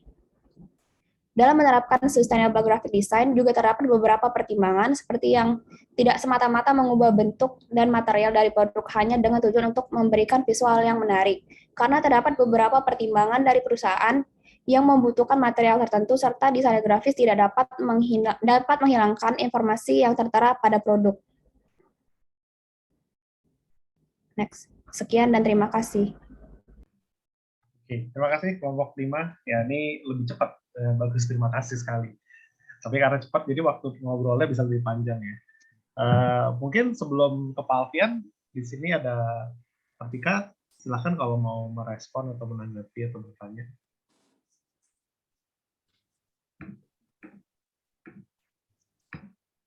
Ya mungkin Tika lagi away. Ya udah kalau gitu silahkan Pak Alfian.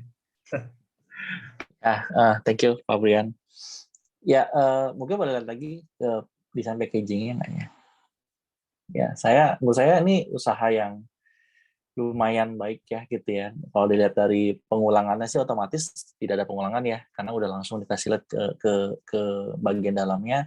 Namun saya rasa masih bisa digali lebih dalam lagi sih, karena kan solusi desain packaging itu tuh nggak bisa cuman primary packaging aja ya gitu ya. Pasti mesti dipikirin aspek distribusinya, aspek pemajangannya, aspek penyimpanannya. Nah, itu tuh menurut saya belum selesai di-solve di sini. Terutama misalnya kalau produk ini tuh mesti disimpan, otomatis kan perlu di-stack ya, perlu disusun. Nah, ketika disusun nih akan membangun satu masalah nih gitu, karena nggak bisa ditumpuk ke atas. Dan kalau setahu saya packaging seperti ini, produk seperti ini nggak boleh juga ya ditidurin gitu ya. Jadi dia masih berdiri gitu, dan mungkin bisa dibikin satu tingkat lagi gitu. Itu kan ada penyangga tengahnya tuh, penyangga untuk di leher botolnya tuh kan ya. Mungkin perlu satu lagi untuk di atasnya supaya dia bisa di stack gitu ya. Nah, selain itu juga terkait dengan ya distribusi sebenarnya ya. Jadi ketika dia mesti dikirim dalam jumlah yang banyak, bagaimana gitu. Berarti kan dia perlu secondary packaging, mungkin bahkan perlu tertiary packaging. Nah, itu sebenarnya diskusi yang lebih luas ya, yang bisa dijadikan konsiderasi desain yang lebih holistik gitu. Jadi saya rasa ini untuk inisial awal dan saya masih bisa disempurnakan sekali, tapi belum selesai di sini diskusinya gitu. Ya, kalau kita bicara di secondary packaging, bagaimana gitu? Secondary packaging dari produk ini apa? Serum apa sih ini namanya? Kiehl's. Iya, produk apa nih? Produk Kiehl's yang apa? Yang nightly refining micropill concentrate. Ya, jadi serum untuk ini ya, Malam. Ya, untuk mengganti lapisan kulit mati gitu ya, sepertinya gitu ya. Nah, itu masih bisa digali terus gitu ya. Jadi harapannya sih dari saya untuk kelompok 5 ini tuh dikembangin lagi sih gitu. Soalnya sebelumnya itu yang kardus box ini kita mikirnya tuh jadi secondary packaging, karena sebenarnya kalau misalnya dilihat dari kayak skincare Korea, mereka itu udah bener-bener gak pakai box kardus lagi. Tuh. Tapi kan maksudnya buat distribusinya gimana? Kan nggak mungkin nih, kalau bayangin nih taruh di kontainer. Taruh di kontainer, kena debu, nyampe-nyampe udah hitam-hitam tuh labelnya tuh pasti gitu. Kebayang ya maksudnya. Ya kan, dan berarti kan butuh box ya. Ini kan ngomong berarti tertiary packaging butuh box nih. Nah, boxnya untuk seperti apa dan berarti kan otomatis serum ini kan perlu ditumpuk kan. Nah, itu kan bermasalah tuh langsung. Jadi makanya kenapa in the end produk-produk packaging bentuknya ya pasti geometris ya. Kalau nggak persegi ya mungkin silinder gitu kali ya silinder gitu kan, supaya kalau ditumpuk dia nggak berantakan gitu, ketika dibuka lagi dia nggak berantakan dan nggak rusak gitu lah. Nah, itu jadi pemikiran aja sih, karena ya mesti in the end ya mesti berfungsi dengan baik ya sebagai sebuah desainnya gitu.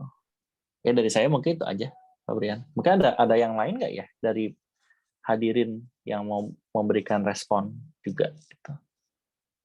Di sini saya lihat sih ada yang hadir, ada Pak Dewo ya dari arsitektur. Ya, halo. Halo Pak Dewo. Kayaknya skip dulu Pak, kalau saya perhatikan aja. Saya sambil nge-share yang lain juga. Oke, thank you Pak. Gitu. Terima kasih sudah hadir. Terima kasih Pak Brian. Oke. Saya kepikirannya kalau yang ini tuh jadi inget ini Pak Alfian, kalau beli teh botol gitu ya, yang benar botol kan maksudnya mereka kan juga tadi ya kalau Aqua botol-botol plastik mah di stack ya udahlah ya, ditimpuk ditumpuk aja gitu. Cuman kalau botol-botol kaca kan nggak bisa, makanya mereka pakai kerat gitu kan. Pakai kerat untuk menjaga untuk tadi ya kepentingan distribusinya gitu. Maka tadi kalau ngeliat ini ya saya langsung kepengen ditumpuk mah rusak gitu. Praktisnya setuju sama Pak Alfian tadi. Iya, tadi diomelin dosen studi utama 3-nya lah. Oke deh. Oke, kalau begitu saya rasa cukup kali kita lanjut lagi ke kelompok terakhir. Terima kasih kelompok 5 atas presentasinya. Silakan di stop share screen. Lalu kelompok 6, waduh, activate. Udah pada pakai virtual background. Ini jangan-jangan bukan mahasiswa tapi SPG obat batuk ya. Ya, silakan kelompok 6. Ini ada, ini PPL ya, product placement. Oke, saya izin share screen ya. Ya, silakan. Ya, apakah sudah terlihat? Sudah. Sudah. Enggak. Oke, selamat siang Bapak dan Ibu serta teman-teman semuanya. Hari ini kami dari kelompok 6 yang terdiri dari Elis, Helena, Stephanie, dan saya Vanessa akan menunjukkan hasil dari evaluasi pembelajaran pertama kami yang bertemakan peran, cara, dan batasan dalam mengaplikasikan Sustainable Graphic Design dalam lingkup kesehatan. Dalam topik lingkup kesehatan, untuk mempermudah kami dalam melakukan penelitian, kami melakukan penurunan topik berdasarkan kategori medis dan non-medis. Seperti yang dapat dilihat di layar, kategori medis sendiri ada bungkus obat plastik Ziploc, kotak kemasan obat sirup cair, dan masker, sedangkan bidang non-medis kami mendapati objek botol-botol seperti sabun shampoo, kemasan pasta gigi, dan plastik tissue wipes. Nah, kedua kategori ini kita kategorikan kalau yang medis itu yang menyentuh langsung bidang kedokteran, sedangkan yang non-medis itu yang tidak. Kemudian dari semua objek-objek tadi, akhirnya kami memilih kemasan obat sirup sebagai objek penelitian kami. Secara spesifik, obat Activate plus cough suppressant yang berwarna merah. Nah, setelah menentukan objeknya, kami juga melakukan analisis terhadap kemasan obat Activate dari bentangannya dan juga kertas petunjuknya. Nah, ini juga seperti yang dapat dilihat di layar, obat sirup Activate ini memiliki kemasan kotak luar, botol dengan label kemasan, sendok plastik, dan juga kertas petunjuk. Oke, terus kemasan obat sirup cair dapat dikatakan tidak sustainable karena memiliki kemasan ganda, yaitu kotak obat sebagai kemasan sekunder dan botol obat sebagai kemasan primer yang dapat menimbulkan double waste. Kami juga mendapatkan bahwa dalam satu kemasan obat terdapat banyak objek. Selain kemasan primer dan sekunder yang telah disebutkan tadi, ada juga kertas petunjuk dan sendok takar plastik. Kemudian terdapat informasi yang bersifat berulang yang ada di kemasan sekunder dan kembali hadir di kemasan primer. Terus selain itu pada kertas instruksi juga memuat informasi yang sudah ada di kemasan-kemasan tadi. Dan dari segi visual, kertas instruksi yang padat akan tulisan terlihat membosankan sehingga jarang sekali ada orang yang membaca kertas atau bahkan menghiraukannya. Berikut adalah objektif desain yang ingin kami capai. Pertama, kami akan melakukan perancangan ulang pada layout kemasan sekunder, yaitu kotak obat, dan kemasan primer yang merupakan label stiker. Kemudian kami juga akan mengubah letak pembuka pada kotak kemasan supaya lebih ergonomis dan memperbaiki tipografi, elemen grafis, dan beberapa pengaturan desain lainnya. Peran yang dapat kami lakukan, yang pertama adalah memindahkan konten pada kertas instruksi ke bagian dalam kotak kemasan, mengganti sistem buka tutup, serta redesign atau relayout konten-konten pada kemasan. Sebelum melakukan perancangan ulang, kami melihat beberapa referensi dari kotak-kotak kemasan yang sudah ada. Keperluan desain kami adalah layout ulang yang berada di dalam kemasan tersebut dalam upaya menghilangkan kertas petunjuk yang ada. Jadi berikut ini adalah referensi kotak-kotak kemasan yang sudah ada dari kemasan kotak cairan soft lens dan juga kemasan film kamera. Namun, terdapat beberapa permasalahan yang muncul jika kita hanya mengaplikasikan hal tersebut secara langsung ke kotak kemasan botol sirup. Pertama, kotak kemasan obat tidak dapat digunakan kembali sebagai tempat penyimpanan apabila kotaknya sudah dibuka. Kemungkinan instruksinya hanya akan dibaca sekali, lalu dibuang karena sudah tidak bisa digunakan lagi. Dengan begitu, kotak kemasan tadi itu akan kehilangan fungsi utamanya, yaitu melindungi botol obat dan malah akan menjadi sampah bagi lingkungan. Serta instruksi di bagian dalam kotak juga jadi nggak bisa dibaca lagi ketika sewaktu-waktu dibutuhkan kembali. Hal ini tentunya berbeda dengan fungsi kotak kemasan film kamera yang tadi, yang pada umumnya itu bakal dibuang karena udah nggak punya fungsi jangka panjangnya. Yang kedua, ada kemungkinan terjadinya kerusakan dalam proses membuka dan membentangkan kotak kemasan. Misalnya ada lecek atau terlipat dan bahkan sampai robek, sehingga informasi tidak dapat terbaca dengan jelas. Yang ketiga, jika memang konsumen tidak ingin membentangkan kotak kemasannya, maka instruksinya itu akan sulit dibaca, atau bahkan konsumen akan lebih malas membaca instruksi dalam kotak tersebut. Bacaan yang terletak di bawah tidak akan dibaca karena dibacanya cuma dari atas doang. Untuk mengatasi masalah tersebut, kali ini kami terinspirasi dari kotak kemasan makanan cepat saji yang mudah dibuka tutup seperti ini.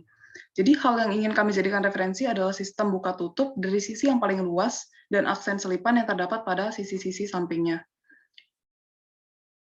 Nah, berikut ini adalah gambaran apabila sistem tersebut diaplikasikan pada kotak kemasan obat sirupnya. Nah, setelah melakukan beberapa trial dan error, akhirnya kami merancang desain yang baru seperti yang tertera di slide ini. Jadi kami berupaya untuk memperbaiki baik dari segi layout dan desain dalam kemasan sekunder atau kotak Activate. Selain kemasan sekunder, kami juga menyeragamkan desain visual pada stiker label obat sirup. Nah, pada kemasan sekunder yang lama, terdapat 2 PDP dengan 2 bahasa yang berbeda. Nah, adanya desain dengan 2 bahasa ini sebagai indikator bahwa obat Activate itu merupakan obat ekspor. Nah, hal ini terdapat pada Peraturan Kepala Badan Pengawas Obat dan Makanan Republik Indonesia Nomor 24 Tahun 2017. Kemudian di dalam kemasan yang baru, kami akhirnya mengubahnya jadi 1 PDP dengan 2 bahasa yang digabungkan. Bagian yang tadinya digunakan sebagai PDP bahasa Inggris dimaksimalkan untuk informasi lainnya. Nah, berikut ini adalah tampilan bagian dalam kotak yang memuat informasi-informasi pada kertas instruksi. Nah, pada peringatan dan perhatian, kami juga memperbaiki paragrafnya dari yang awalnya terlihat penuh tanpa ada reading phrase menjadi poin-poin dan memberikan hanging punctuation pada bullet point-nya. Pada bagian dosis, kami juga memberikan penekanan pada keterangan usia-usia, serta menggabungkan informasi mengenai dosis usia lanjut yang ada pada kertas instruksi ke kotak obat. Dan terakhir, kami juga mendesain ulang beberapa elemen grafisnya supaya lebih sintas atau selaras antara satu dengan yang lainnya. Nah, kemudian berikut ini adalah hasil prototipe awal yang kami rancang. Dan setelah melakukan beberapa revisi dan finishing, inilah prototipe akhir dari solusi desain kami. Seperti objektif yang ingin kami capai, sistem kotak obat kami tidak menggunakan lem, sehingga memudahkan pengguna untuk melihat informasi di dalam kotak tanpa membuat kotak rusak. Dan untuk meningkatkan keamanan kotak, kami juga memberikan segel berupa stiker pada bagian kotak dibuka. Nah, dalam memberikan solusi, kami sebagai desainer juga tetap memiliki batasan-batasan yang tidak boleh dilanggar. Misalnya, mengubah bahan-bahan dari botolnya atau kotak kemasannya, serta tidak boleh mengurangi... Pergi kelas! Itu siapa ya? Atau menambah konten dari informasi atau narasi yang ada pada kotak kemasan. Apalagi petunjuk-petunjuk wajib yang tertulis dalam Peraturan Kepala Badan Pengawas Obat dan Makanan Republik Indonesia atau BPOM RI. Nah, pada akhirnya kami ingin merefleksikan berdasarkan evaluasi pembelajaran 1 kami. Setelah mengidentifikasi, menganalisa, dan berhasil mencari solusi atas permasalahan yang ada, kami menyadari bahwa desainer juga bisa melakukan sesuatu untuk membawa perubahan terhadap lingkungan. Perubahan tersebut tidak harus perubahan yang besar atau yang menakjubkan, tetapi dapat dimulai dari hal-hal kecil yang terkadang terlewat untuk dipikirkan. Faktanya, perubahan sekecil apapun apabila diterapkan secara massal dan konsisten bisa berdampak besar juga loh bagi masyarakat. Begitu pula dengan perubahan kecil yang bisa kita lakukan sebagai desainer. Kemudian, melihat banyaknya desain-desain kemasan yang masih kurang efektif dan sustainable, membuat kami mengetahui bahwa masih sedikit orang yang mengerti tentang desain atau bisa jadi sedikit desainer yang mau terlibat aktif untuk berperan terhadap lingkungan, terutama di bidang kesehatan. Kami juga tersadar bahwa sebagai desainer, kami tidak hanya bisa berperan dalam bidang komersil atau bisnis saja, melainkan dapat berperan aktif dan positif juga terhadap lingkungan, misalnya dengan membuat desain yang sustainable. Oke, nah demikian presentasi dan refleksi dari kelompok kami. Sekian dan terima kasih. Oke, terima kasih kelompok 6. Maaf tadi saya juga lupa nge-mute, ada yang bersuara. Oke, mungkin silakan dari Pak Alfian. Ya, mungkin dari saya nggak. Thank you Pak Brian, mungkin dari saya nggak banyak ya. Karena nih case-nya mirip dengan kelompoknya. Kelompok berapa tadi ya? Kelompok 3 ya. Kelompok 4 ya, yang buku pelajaran. Bahwa dengan desain yang baik gitu ya, dengan prinsip desain yang baik ya, kita itu aja bisa mengimprove ya gitu ya, aspek sustainability sebuah produk atau jasa gitu. Dan saya sih lihat banget di sini ya, walaupun solusinya sederhana, tapi dengan semangat ya, di sini quote-nya juga pas banget ya, semangat problem solving gitu ya, melihat sebuah masalah desain dan berusaha memecahkannya, itu aja bisa improve sih gitu kualitas sustainability-nya gitulah. Dari saya itu aja, mungkin nggak banyak sih. Oke, dari Pak Brian atau ada siapa lagi sih di sini tadi? Kartikanya juga udah ini ya. Iya, udah izin ya. Oke, dari Pak Brian ada tambahan, silakan. Ya, saya sih nggak ada tambahan ya. Beberapa poin-poinnya waktu itu ditanyakan kan juga sudah direspon ya. Mengenai PDP-nya jadi 1 dan segala macam juga sudah direspon. Jadi saya rasa cukup atas materinya. Untuk kelompok 6, terima kasih. Ya, silakan mungkin bisa di stop share screen. Baik, terima kasih Pak. Terima kasih kelompok 6. Oke, ya semuanya yang sudah presentasi, terima kasih. Yang mungkin tadi menyambi ini itu terus off cam ya, silakan di on cam kan lagi gitu biar kelihatan semua. Oke, ya barusan 6 kelompok sudah presentasi dari saya. Udah ada beberapa penilaian juga dari Pak Alvin juga. Saya percaya sudah ada beberapa penilaian, tinggal kami diskusikan lebih lanjut gitu ya. Terima kasih sekali lagi untuk semuanya. Ya, terlepas dari nilai gitu ya, saya pribadi percaya bahwa ya mata kuliah sederhana ini dalam satu semester ini itu mungkin menawarkan perspektif yang sedikit berbeda gitu ya Pak Alvin ya. Nggak cuman ngedesain buat yang praktis-praktis saja, tapi ada juga yang menjelimet gitu ya.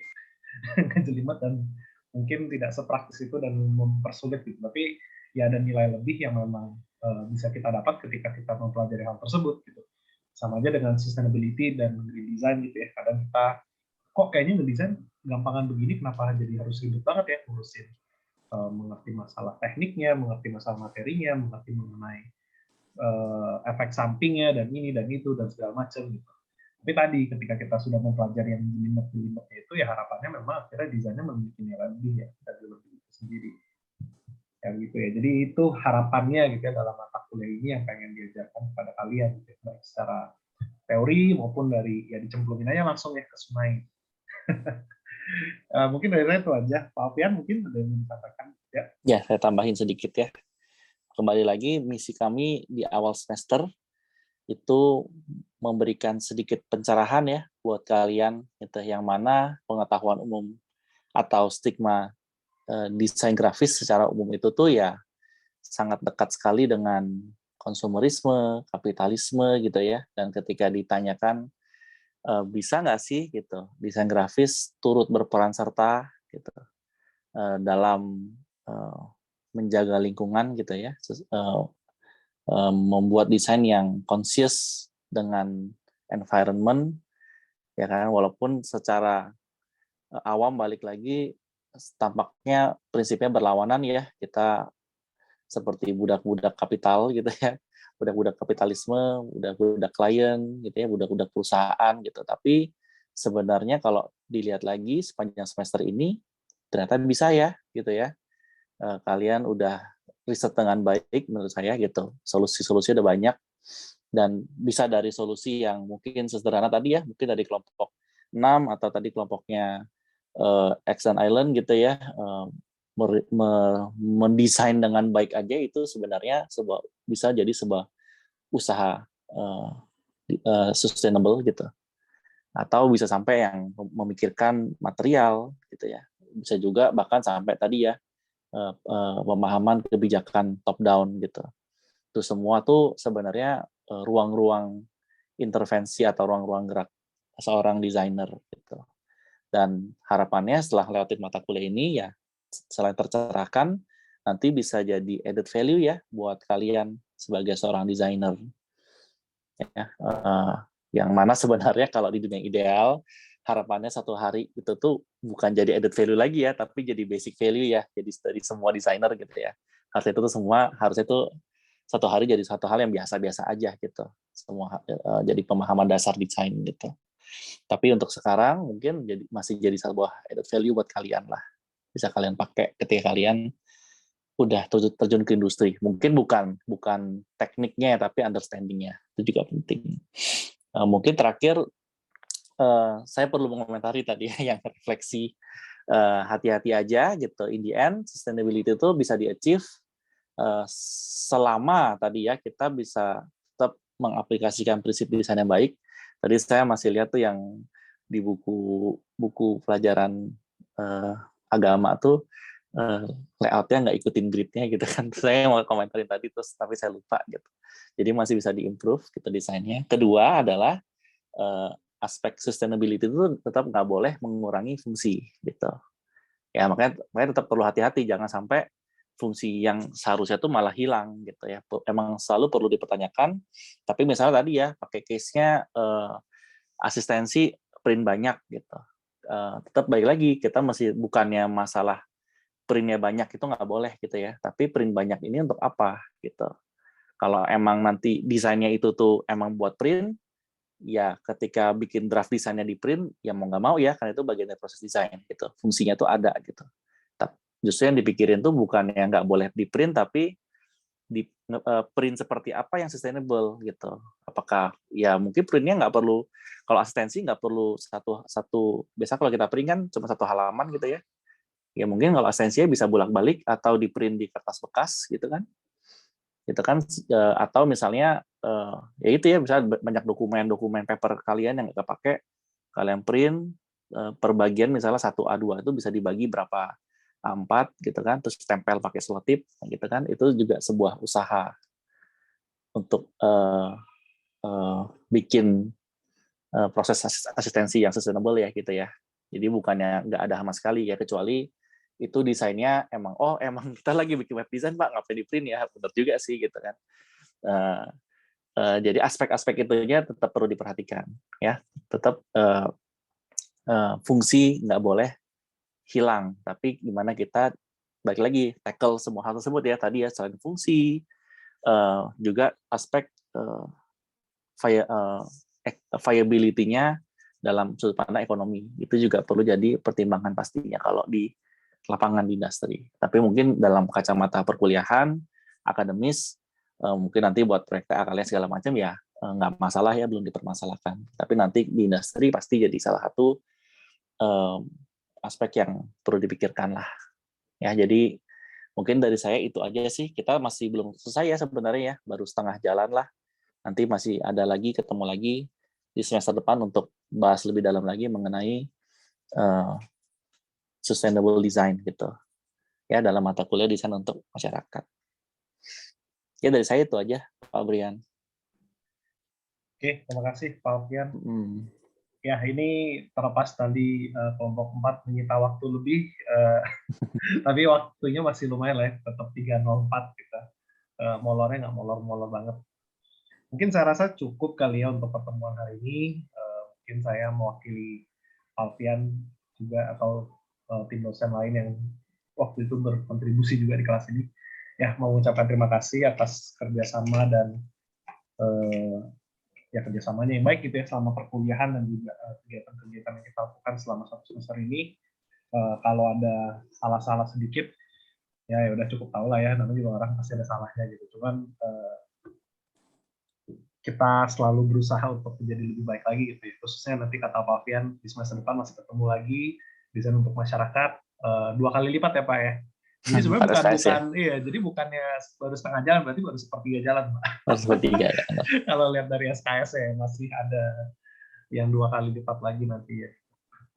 Ya saya harap apa yang sudah kalian lalui sekarang tadi berguna buat kalian, bukan cuma buat kepentingan praktis-praktisnya, cuman ya memang untuk melatih juga gitu ya, melatih kemampuan kalian untuk berpikir kritis terhadap keilmuan kalian sendiri dan juga kritis terhadap dimensi-dimensi lain yang memang bersinggungan sama keilmuan kalian.